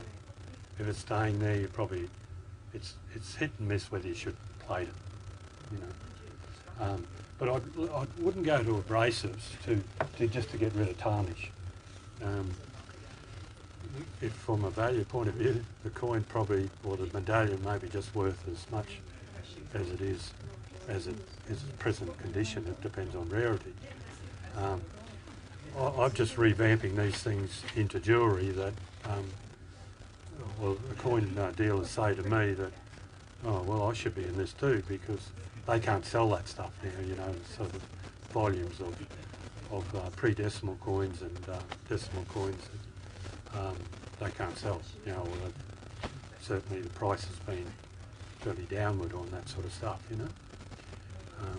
But yeah, it's hard to answer that question and say, hey, where do you give up and where you keep going, you know. But if there is any muck on there, it's not going to last. And, you know, you'll be looking at it every few months and saying, what should I do with it?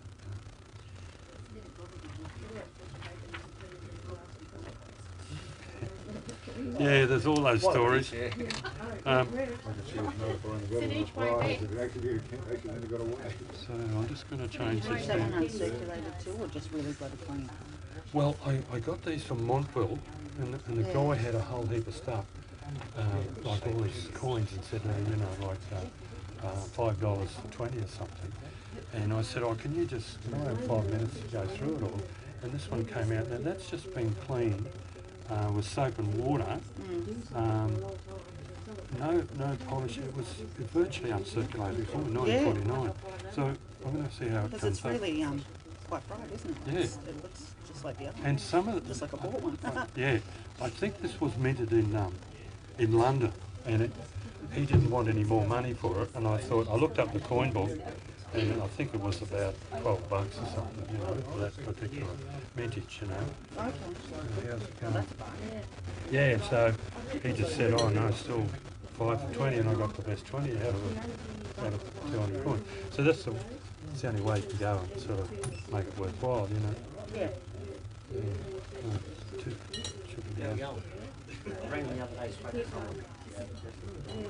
So that should be all right. Okay.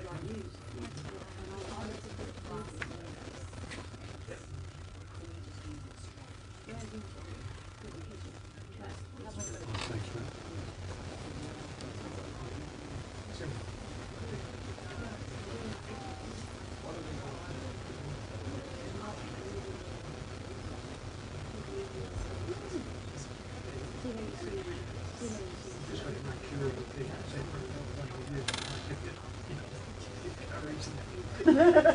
Probably a curry.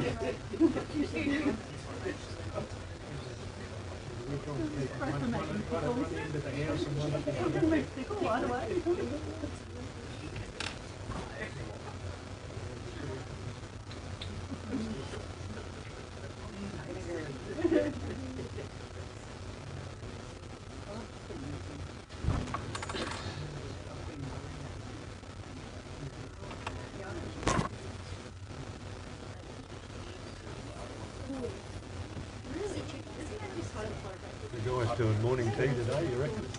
Sorry? The guys here doing morning tea.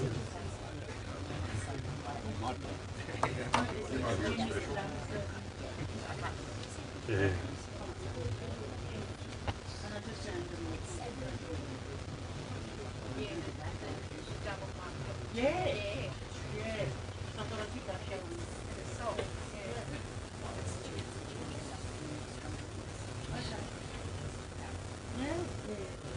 That's great. I didn't even think of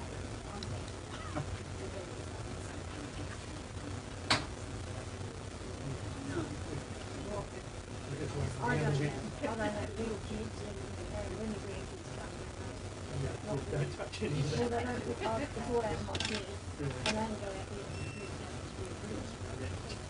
and do and I had to tell them.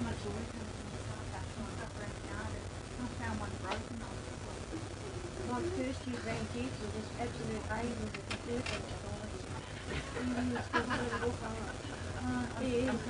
He's red and he goes up his head and he chucks whammies and the other two are just on. And I say to myself, hey, that's a bitch.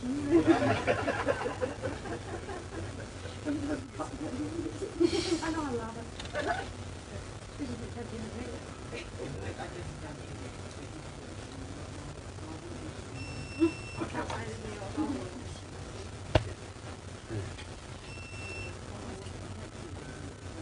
So we've answered all your questions. Good to see it work on the bigger things like a cup, talking about something warm, Yeah. going up Yeah. really circulate underneath. Yeah, yeah. It's always good to research your product too. You know, like I'm tempted to use to do brass, but my technique now, I can get brass in very good shape. There's a lot of good metal polishes out there, in the particularly automotive industry, for mag wheels and alloys, and some of that will bring the brass up beautifully. to protect the brass forever, I use a marine lacquer. It's the same as what these naval museums use on their products. Sprayed on. And very fine filament. Again, make sure you've got all the polish off there before you put a coating on there. So soapy water again and dry it, soapy water, still water. Let it sit for a few hours and then apply your spray. Now, I've done stuff there in brass medallions and they look perfect, and it's only a matter of, and they're full of tarnish because they've got a fair bit of zinc in them, copper zinc, and they seem to tarnish a lot more than copper. But that's the way I go with them. And they look authentic now, you really can't pick a lacquer on there if you do it fine enough. Well, normally 3 coats, but you just do it from a distance and they come up good. Cleaning up the brass, I find usually there's been some lacquer on already, so you've got patches that are tarnished, patches that look like they're brand new. It's just about impossible to try and get everything to the even.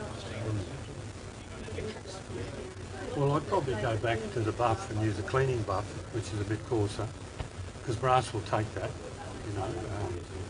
Normally the medallions have got fairly bold sort of imprints on there. They're not a fine sort of piece of jewellery or medallion. So I'd use a buff on that, and probably one of their products here, Tivoli, I think it is, the brown cleaning polish that you put on the buff. And I'd probably try that. I think that moves most things. Now, whether I've taken a bit more stuff off the product, you've got to watch that, But as you said, you want to get it off, and you want a good job on it. So I'd go back to using the buff.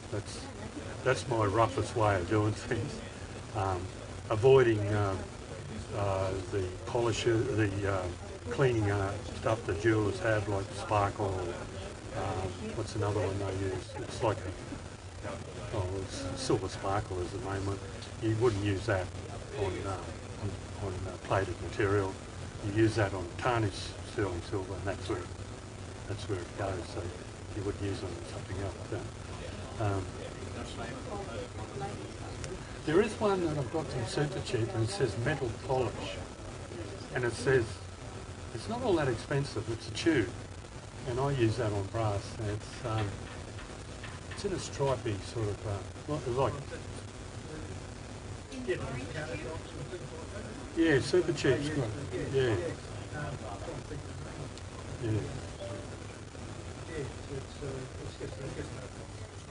Well, watchmakers, I've seen watchmakers using that, and there's an alloy one called Mag, I think it's called. And I've seen watchmakers when they're doing up historical watches, and they do the back of it, and it comes up burly. Yeah.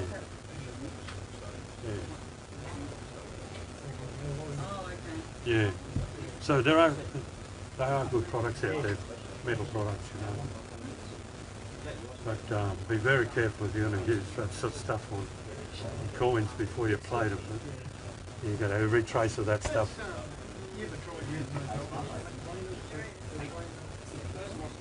No. Yeah.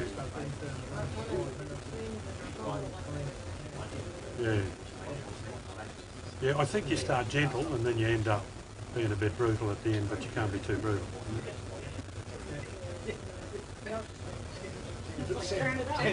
It'll do it quicker. Watching brass with film and I reckon it's a large object, just a stripper of some sort. Now we're getting really Seriously, I don't think we're talking about little things here, are we? No, not necessarily. No, I have tried it. It's still end up. It's just not good. It leaves behind as well.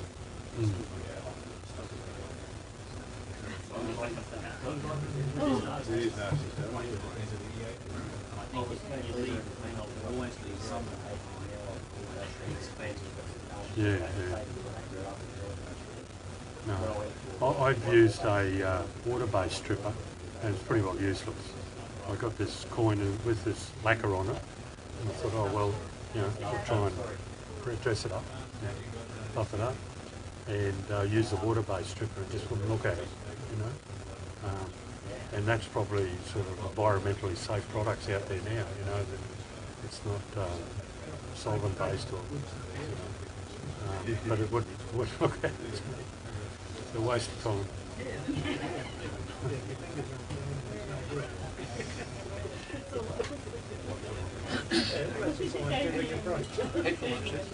Sorry? Yeah. Well, see, you don't probably these old coins, you don't know where they've been through. Because I know as a kid, people said, you know, you get your pennies nice and clean with Coke. Put them in Coke overnight. Yeah. A bit of mercury out of the Oh, yeah. Like, we used to fight over that. Fight, obviously love it now. It's so poisonous. Yeah. For my kids, no real people would like it.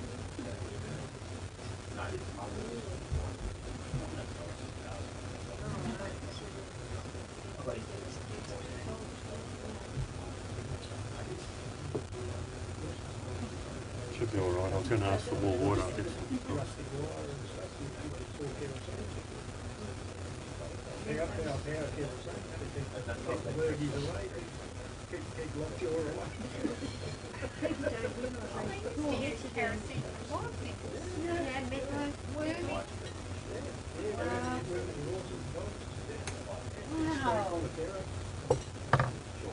There's the value of drinking Metto too, whereas I don't think you like to drink Terra.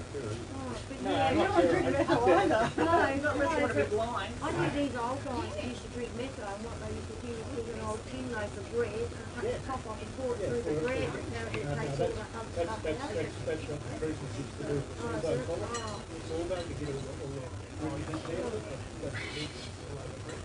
Let's try that. Someone told me Metto works for the toothache. I took it for the Metto, not the toothache, and it's the whole bloody thing. That one. Forgot the Metto. That's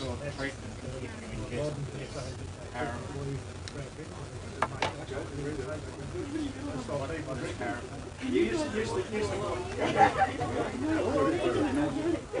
Depends on which country you're in. So I'm not quite sure what they mean because in the historics it's ancient kerosene. They bred them a lot tougher when we were young. Oh, they are. But they are. That's why kids get so many new jewels and that they're not out there just being in it.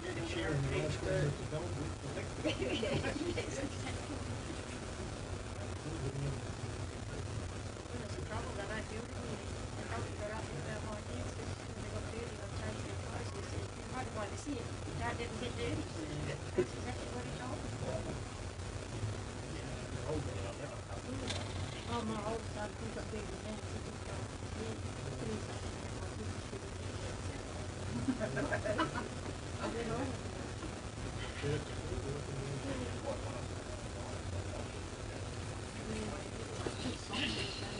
So we've just got a halfpenny in here. It's a prize coin, of course, to find this up at Montfort. And I reckon it's 1949, I think, isn't it? 49, isn't it? And before me, anyhow. well, me too. Not much, but before me. So it was in really good shape, but it's like a case of if you go to an antique place and they have all these pennies and you get a bag of $10 or what, but you say, well, can I have a look through what you've got?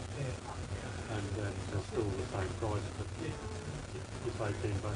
But I got a couple which were, they call them here, extremely fine. They've been circulated. This is one of them.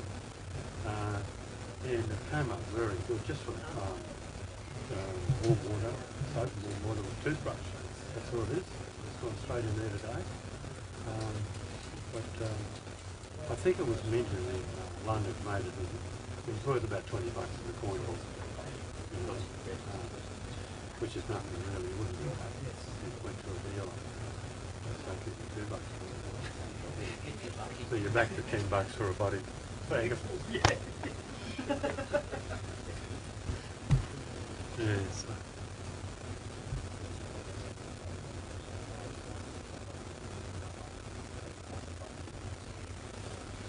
What's the maximum volume? 30. Sorry? And maximum current? Oh, probably be, it's about a ratio of 1 to 3, probably. Yeah, probably about 6, 7 amps, yeah. I have, one day I just couldn't get the current to go through them. And I don't understand why it wouldn't go through there, and I did get it over 20, and all of a sudden it just came and went whack. You know, and I had plating over on this side here. And then I'm winding it back, but it takes about a minute to get it back. But you always know once you've got that done and set it at one volt, you're away. You can control it.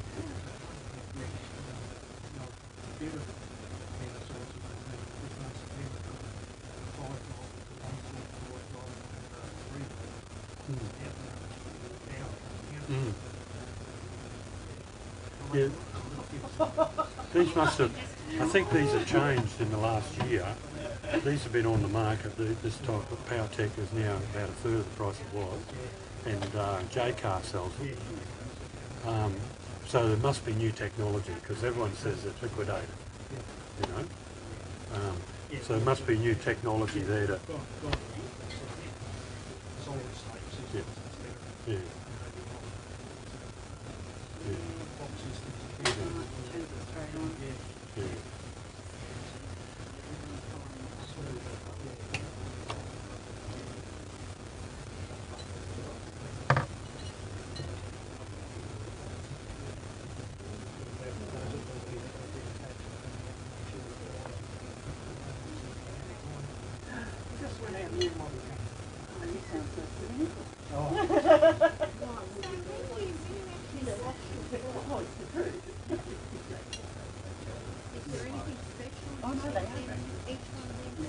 No, once I put them through the washing machine, they can go any direction. Yeah. No, it's just a matter of cleaning them each time you use them. You know, that's a good point because if you've got that one now on the process. Sorry. Oh, having a system, yeah, that's easy too. That you know, today there hasn't been the urgency to put them in post-mix straight away, sort of thing. I haven't had an overplating area problem here. But yeah, good point. That I think I treat it as like a day job. That you know, I start up at 10 o'clock and I'm there till 4 o'clock or something. You know, and then everything's cleaned and beakers are cleaned as well. You know, but I note that I do use a marking pen. So if you want to keep that on there, even and you know, concerned about contamination down the track, that you always use that for plating.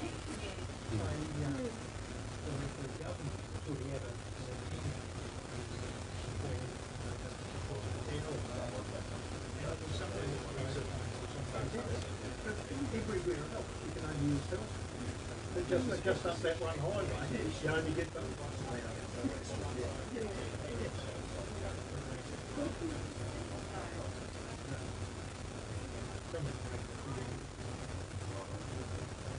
Amazing how that solution's changed colour just this morning. Yeah.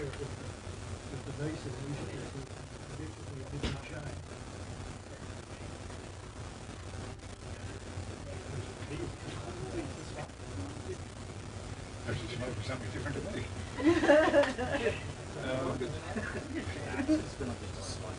Yeah, it's just slightly darker. But that's the one you're comparing to, isn't it? Yeah. They were all fairly clear, like, but this morning they all looked like they were all clear, but this one's definitely darker. Oh, yeah, it's really So it needs a bit more polishing, but it's going to come up quite okay. So it's a 1949, so that's a pretty rare sort of coin to bring back to that, you know.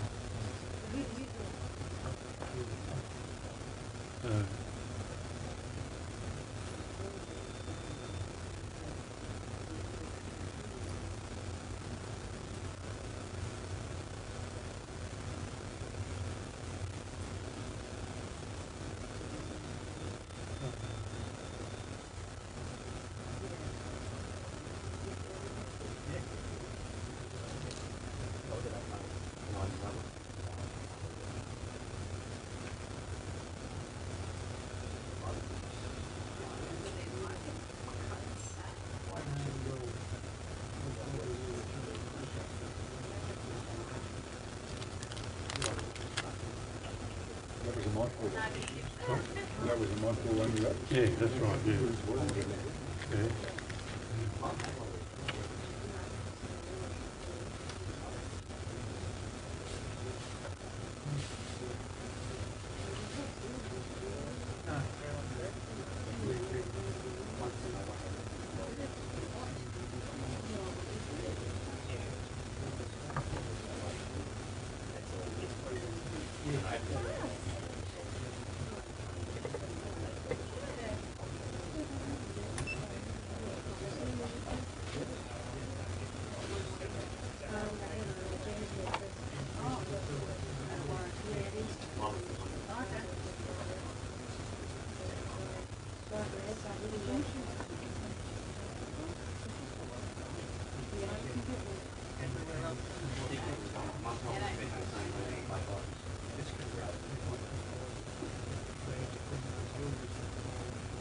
Well, I did see a lot of that in the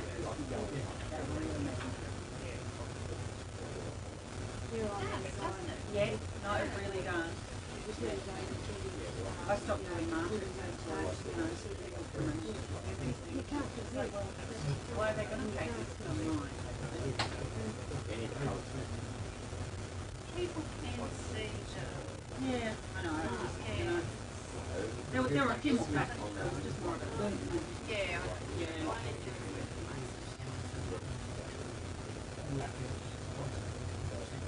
But it's a pain when you see Yeah. it. Yeah, I think this guy was walking, and that's what he said, he just can't think. Yeah, well, he was saying he can't afford to take himself and get away here because of the price of doing there, but he was only in there. Yeah. I asked, do you make With a price Oh, yeah. of it, to make it 70. That's all right. Yeah, because now they can outsource, like there's places in there, you just send something and they just, yeah, they just bulk do it. And it's like, oh, it's kind of lost some of its charm, hasn't it? Yeah, you done any other plating other than silver plating? No, I've just stuck with this for the last sort of 18 months. And you've only used these solutions? Oh, in another life I was a chemist, a industrial chemist back 30 odd years ago. So we did a lot of mucking around in labs and that with plating with potassium cyanide, and not even having masks or anything like that in those days. I bet you've had it by now too. Yeah. So I was keen to get back into it because I've been making jewellery out of semi-precious stones. So I go to a laboratory club a couple of times a month and do cut stones and whatever, you know. And then these products came out, so I went back into pendants, you know. So that's basically I got back into it there. Have you used silver nitrate? Yeah, I've used silver nitrate, yeah. It did a reasonable job. It does. You don't get the lustre I've got out of this product. You know, you've got to be very careful too because the powder is highly toxic. Yeah. Yeah. No, this is a breeze. Actually, I did have a high penetrating aroma in the Maple White. gun dive. Yeah, so mainly that's a good opening to if you want to cut stones. Join the club and then. Oh, yeah. Silver and rocks. Yeah. So I sort of cut a lot of stones and put them in silver pieces, you know. So, I believe you have to do something with this. People do those biggest yeah.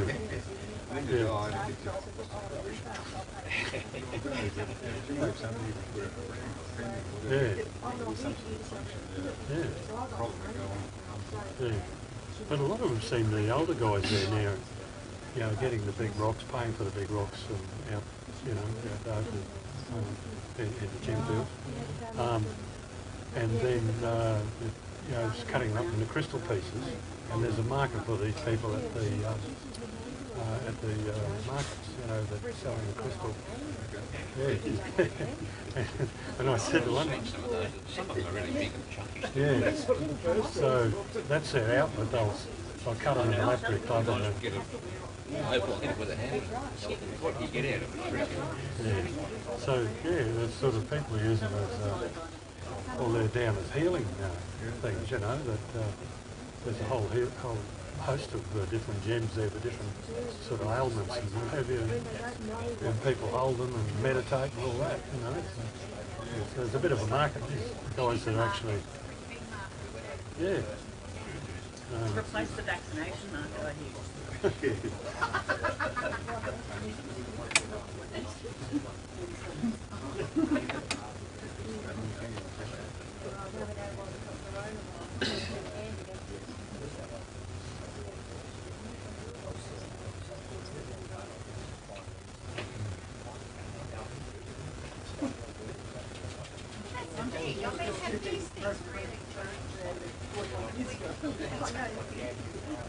What's that? I say if these actually things rapidly change, or if we become weaker with the race.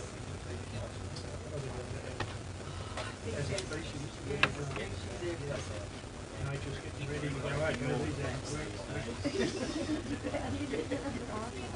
Start again, damn it. Sorry. Same thing. You get a hold of it, they're going to get stressed out. I'm just asking to change the water for the last talk. Okay. Thank you for your time. That's okay. It's been very innovative. Okay, that's good. Eye-opening. Yeah. Yeah, it certainly brings back the life of the old coins, doesn't it? Sure does, yeah. Yeah. Right, thank you very much. Okay, all the best.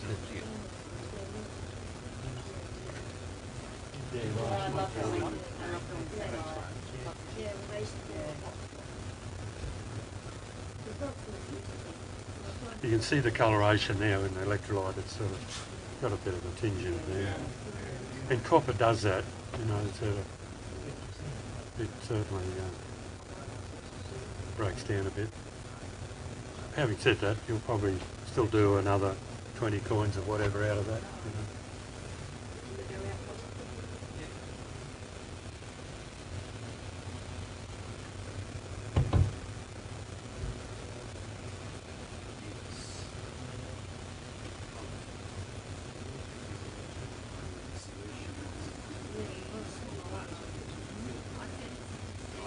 The heavy stuff I have in the bottom, they've laid in the bottom of. Yeah, yeah, membrane thing I had. It wasn't filler paper, it was a membrane, sort of cloth membrane. Yeah. And I used that next time and it was fine, you know. But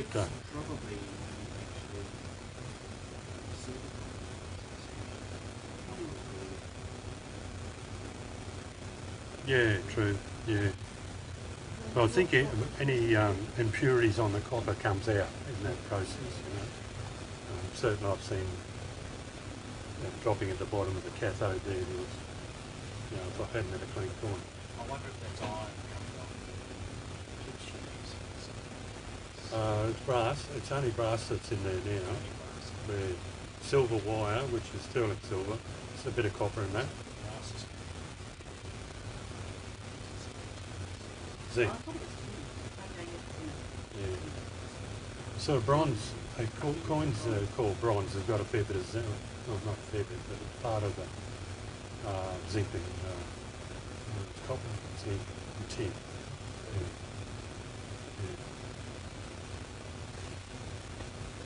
Yeah. So the idea might be to try to see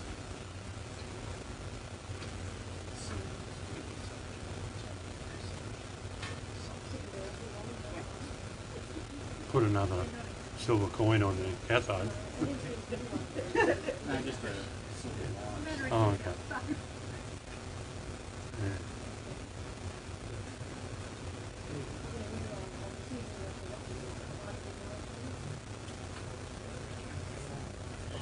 Oh, thank you. That's all right.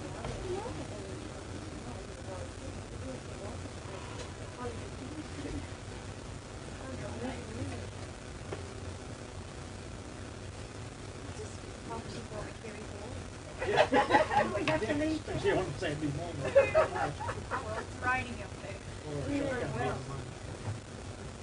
Okay, so I'll take this on. No.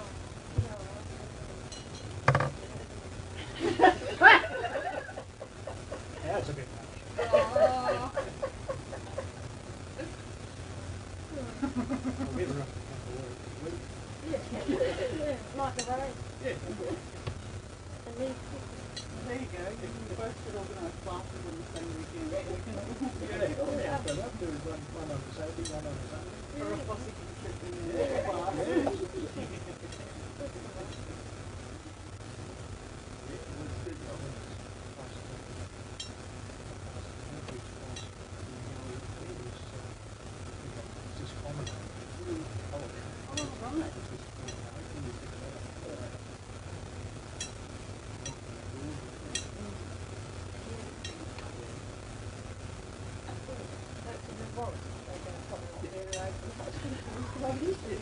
Well, since I'm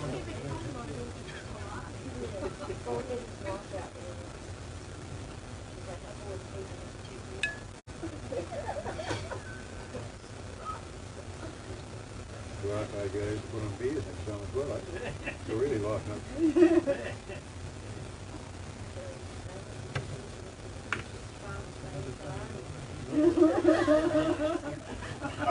Father's Day. Sure, well. that would be grandkids, huh?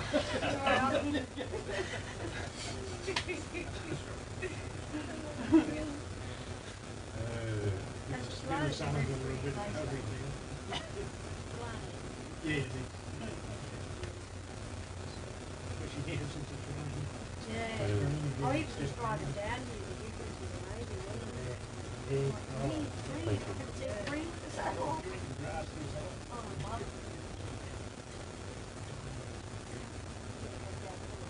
Yeah, so any more questions or?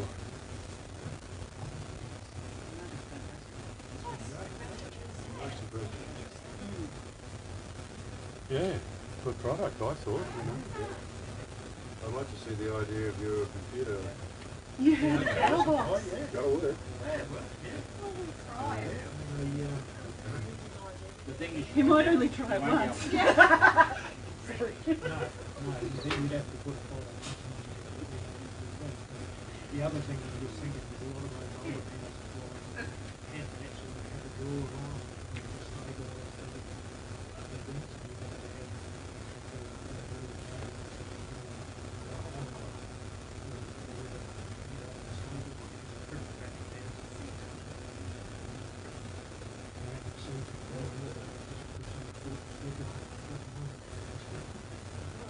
Okay, that's a 2 cent that's come up very much similar to the others. But they're finally one more and that's it. Those go with bolt ring and chain. Is that right? Yeah, just a jump ring around the chain, around the bracelet. It'll go around a bracelet, that one. Oh, okay. Okay. Yeah. That's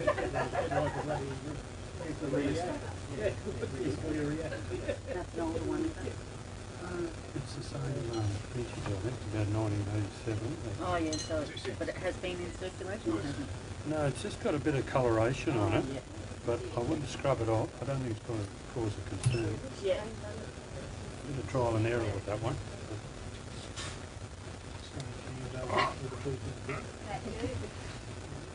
I love the silver one. Yeah, so you can imagine if it's used for the old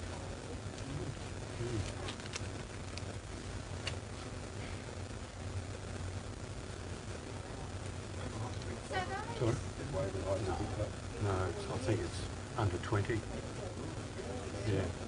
Yeah, there's not too many younger people there. Is that the lavatory type? Yeah. Yeah, in Cressy Street there off, they call it Edinburgh Castle Road there. Yeah, yeah. Yeah. I wanted to join in that one when I lived on that side, but I felt like Bracken Ridge, so like every time went up that way. Well, that's the closest, because I'm at Bracken Ridge.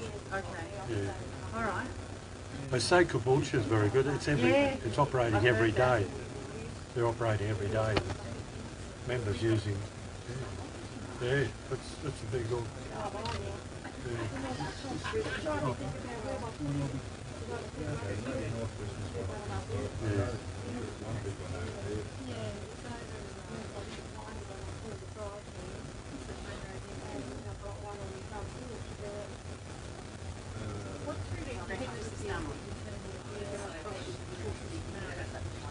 Because I've got a Well, thanks for sorting out the power problem, because I had it all there before when you came. It was all right, but something down there. Yeah, it's sort of unpredictable at times, you know, you can't work it out. But initially to get started, you need that big surge. Right. How interesting. You're actually running a volt, but you're actually only running 5 milliamps. Yeah. That's almost no current.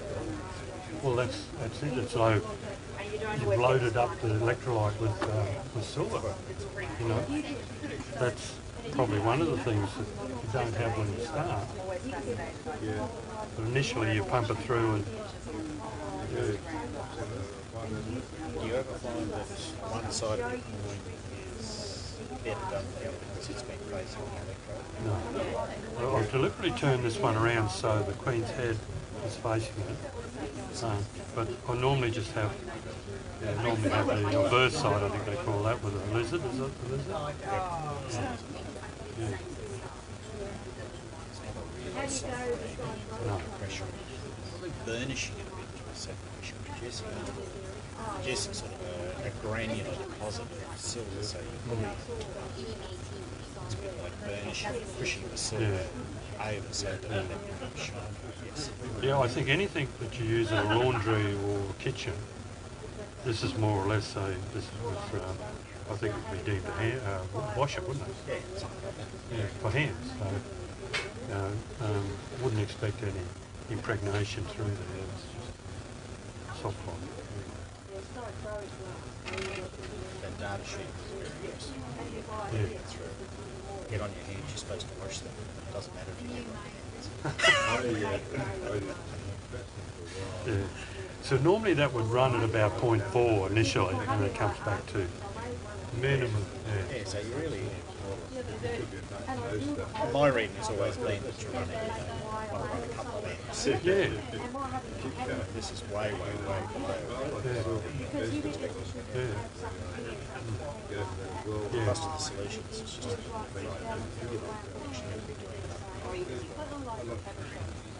Probably it's a group thing, you know.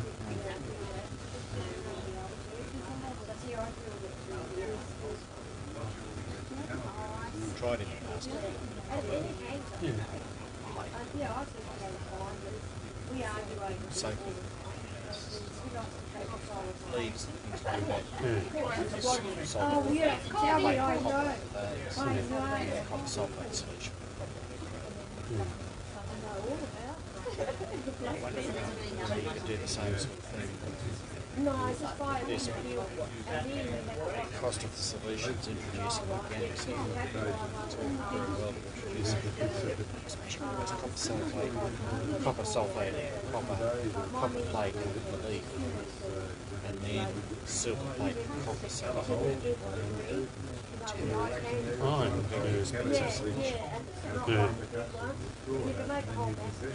It's really big deal. So if you only want to make a little one, get a real one. And your solution. But either just one, you want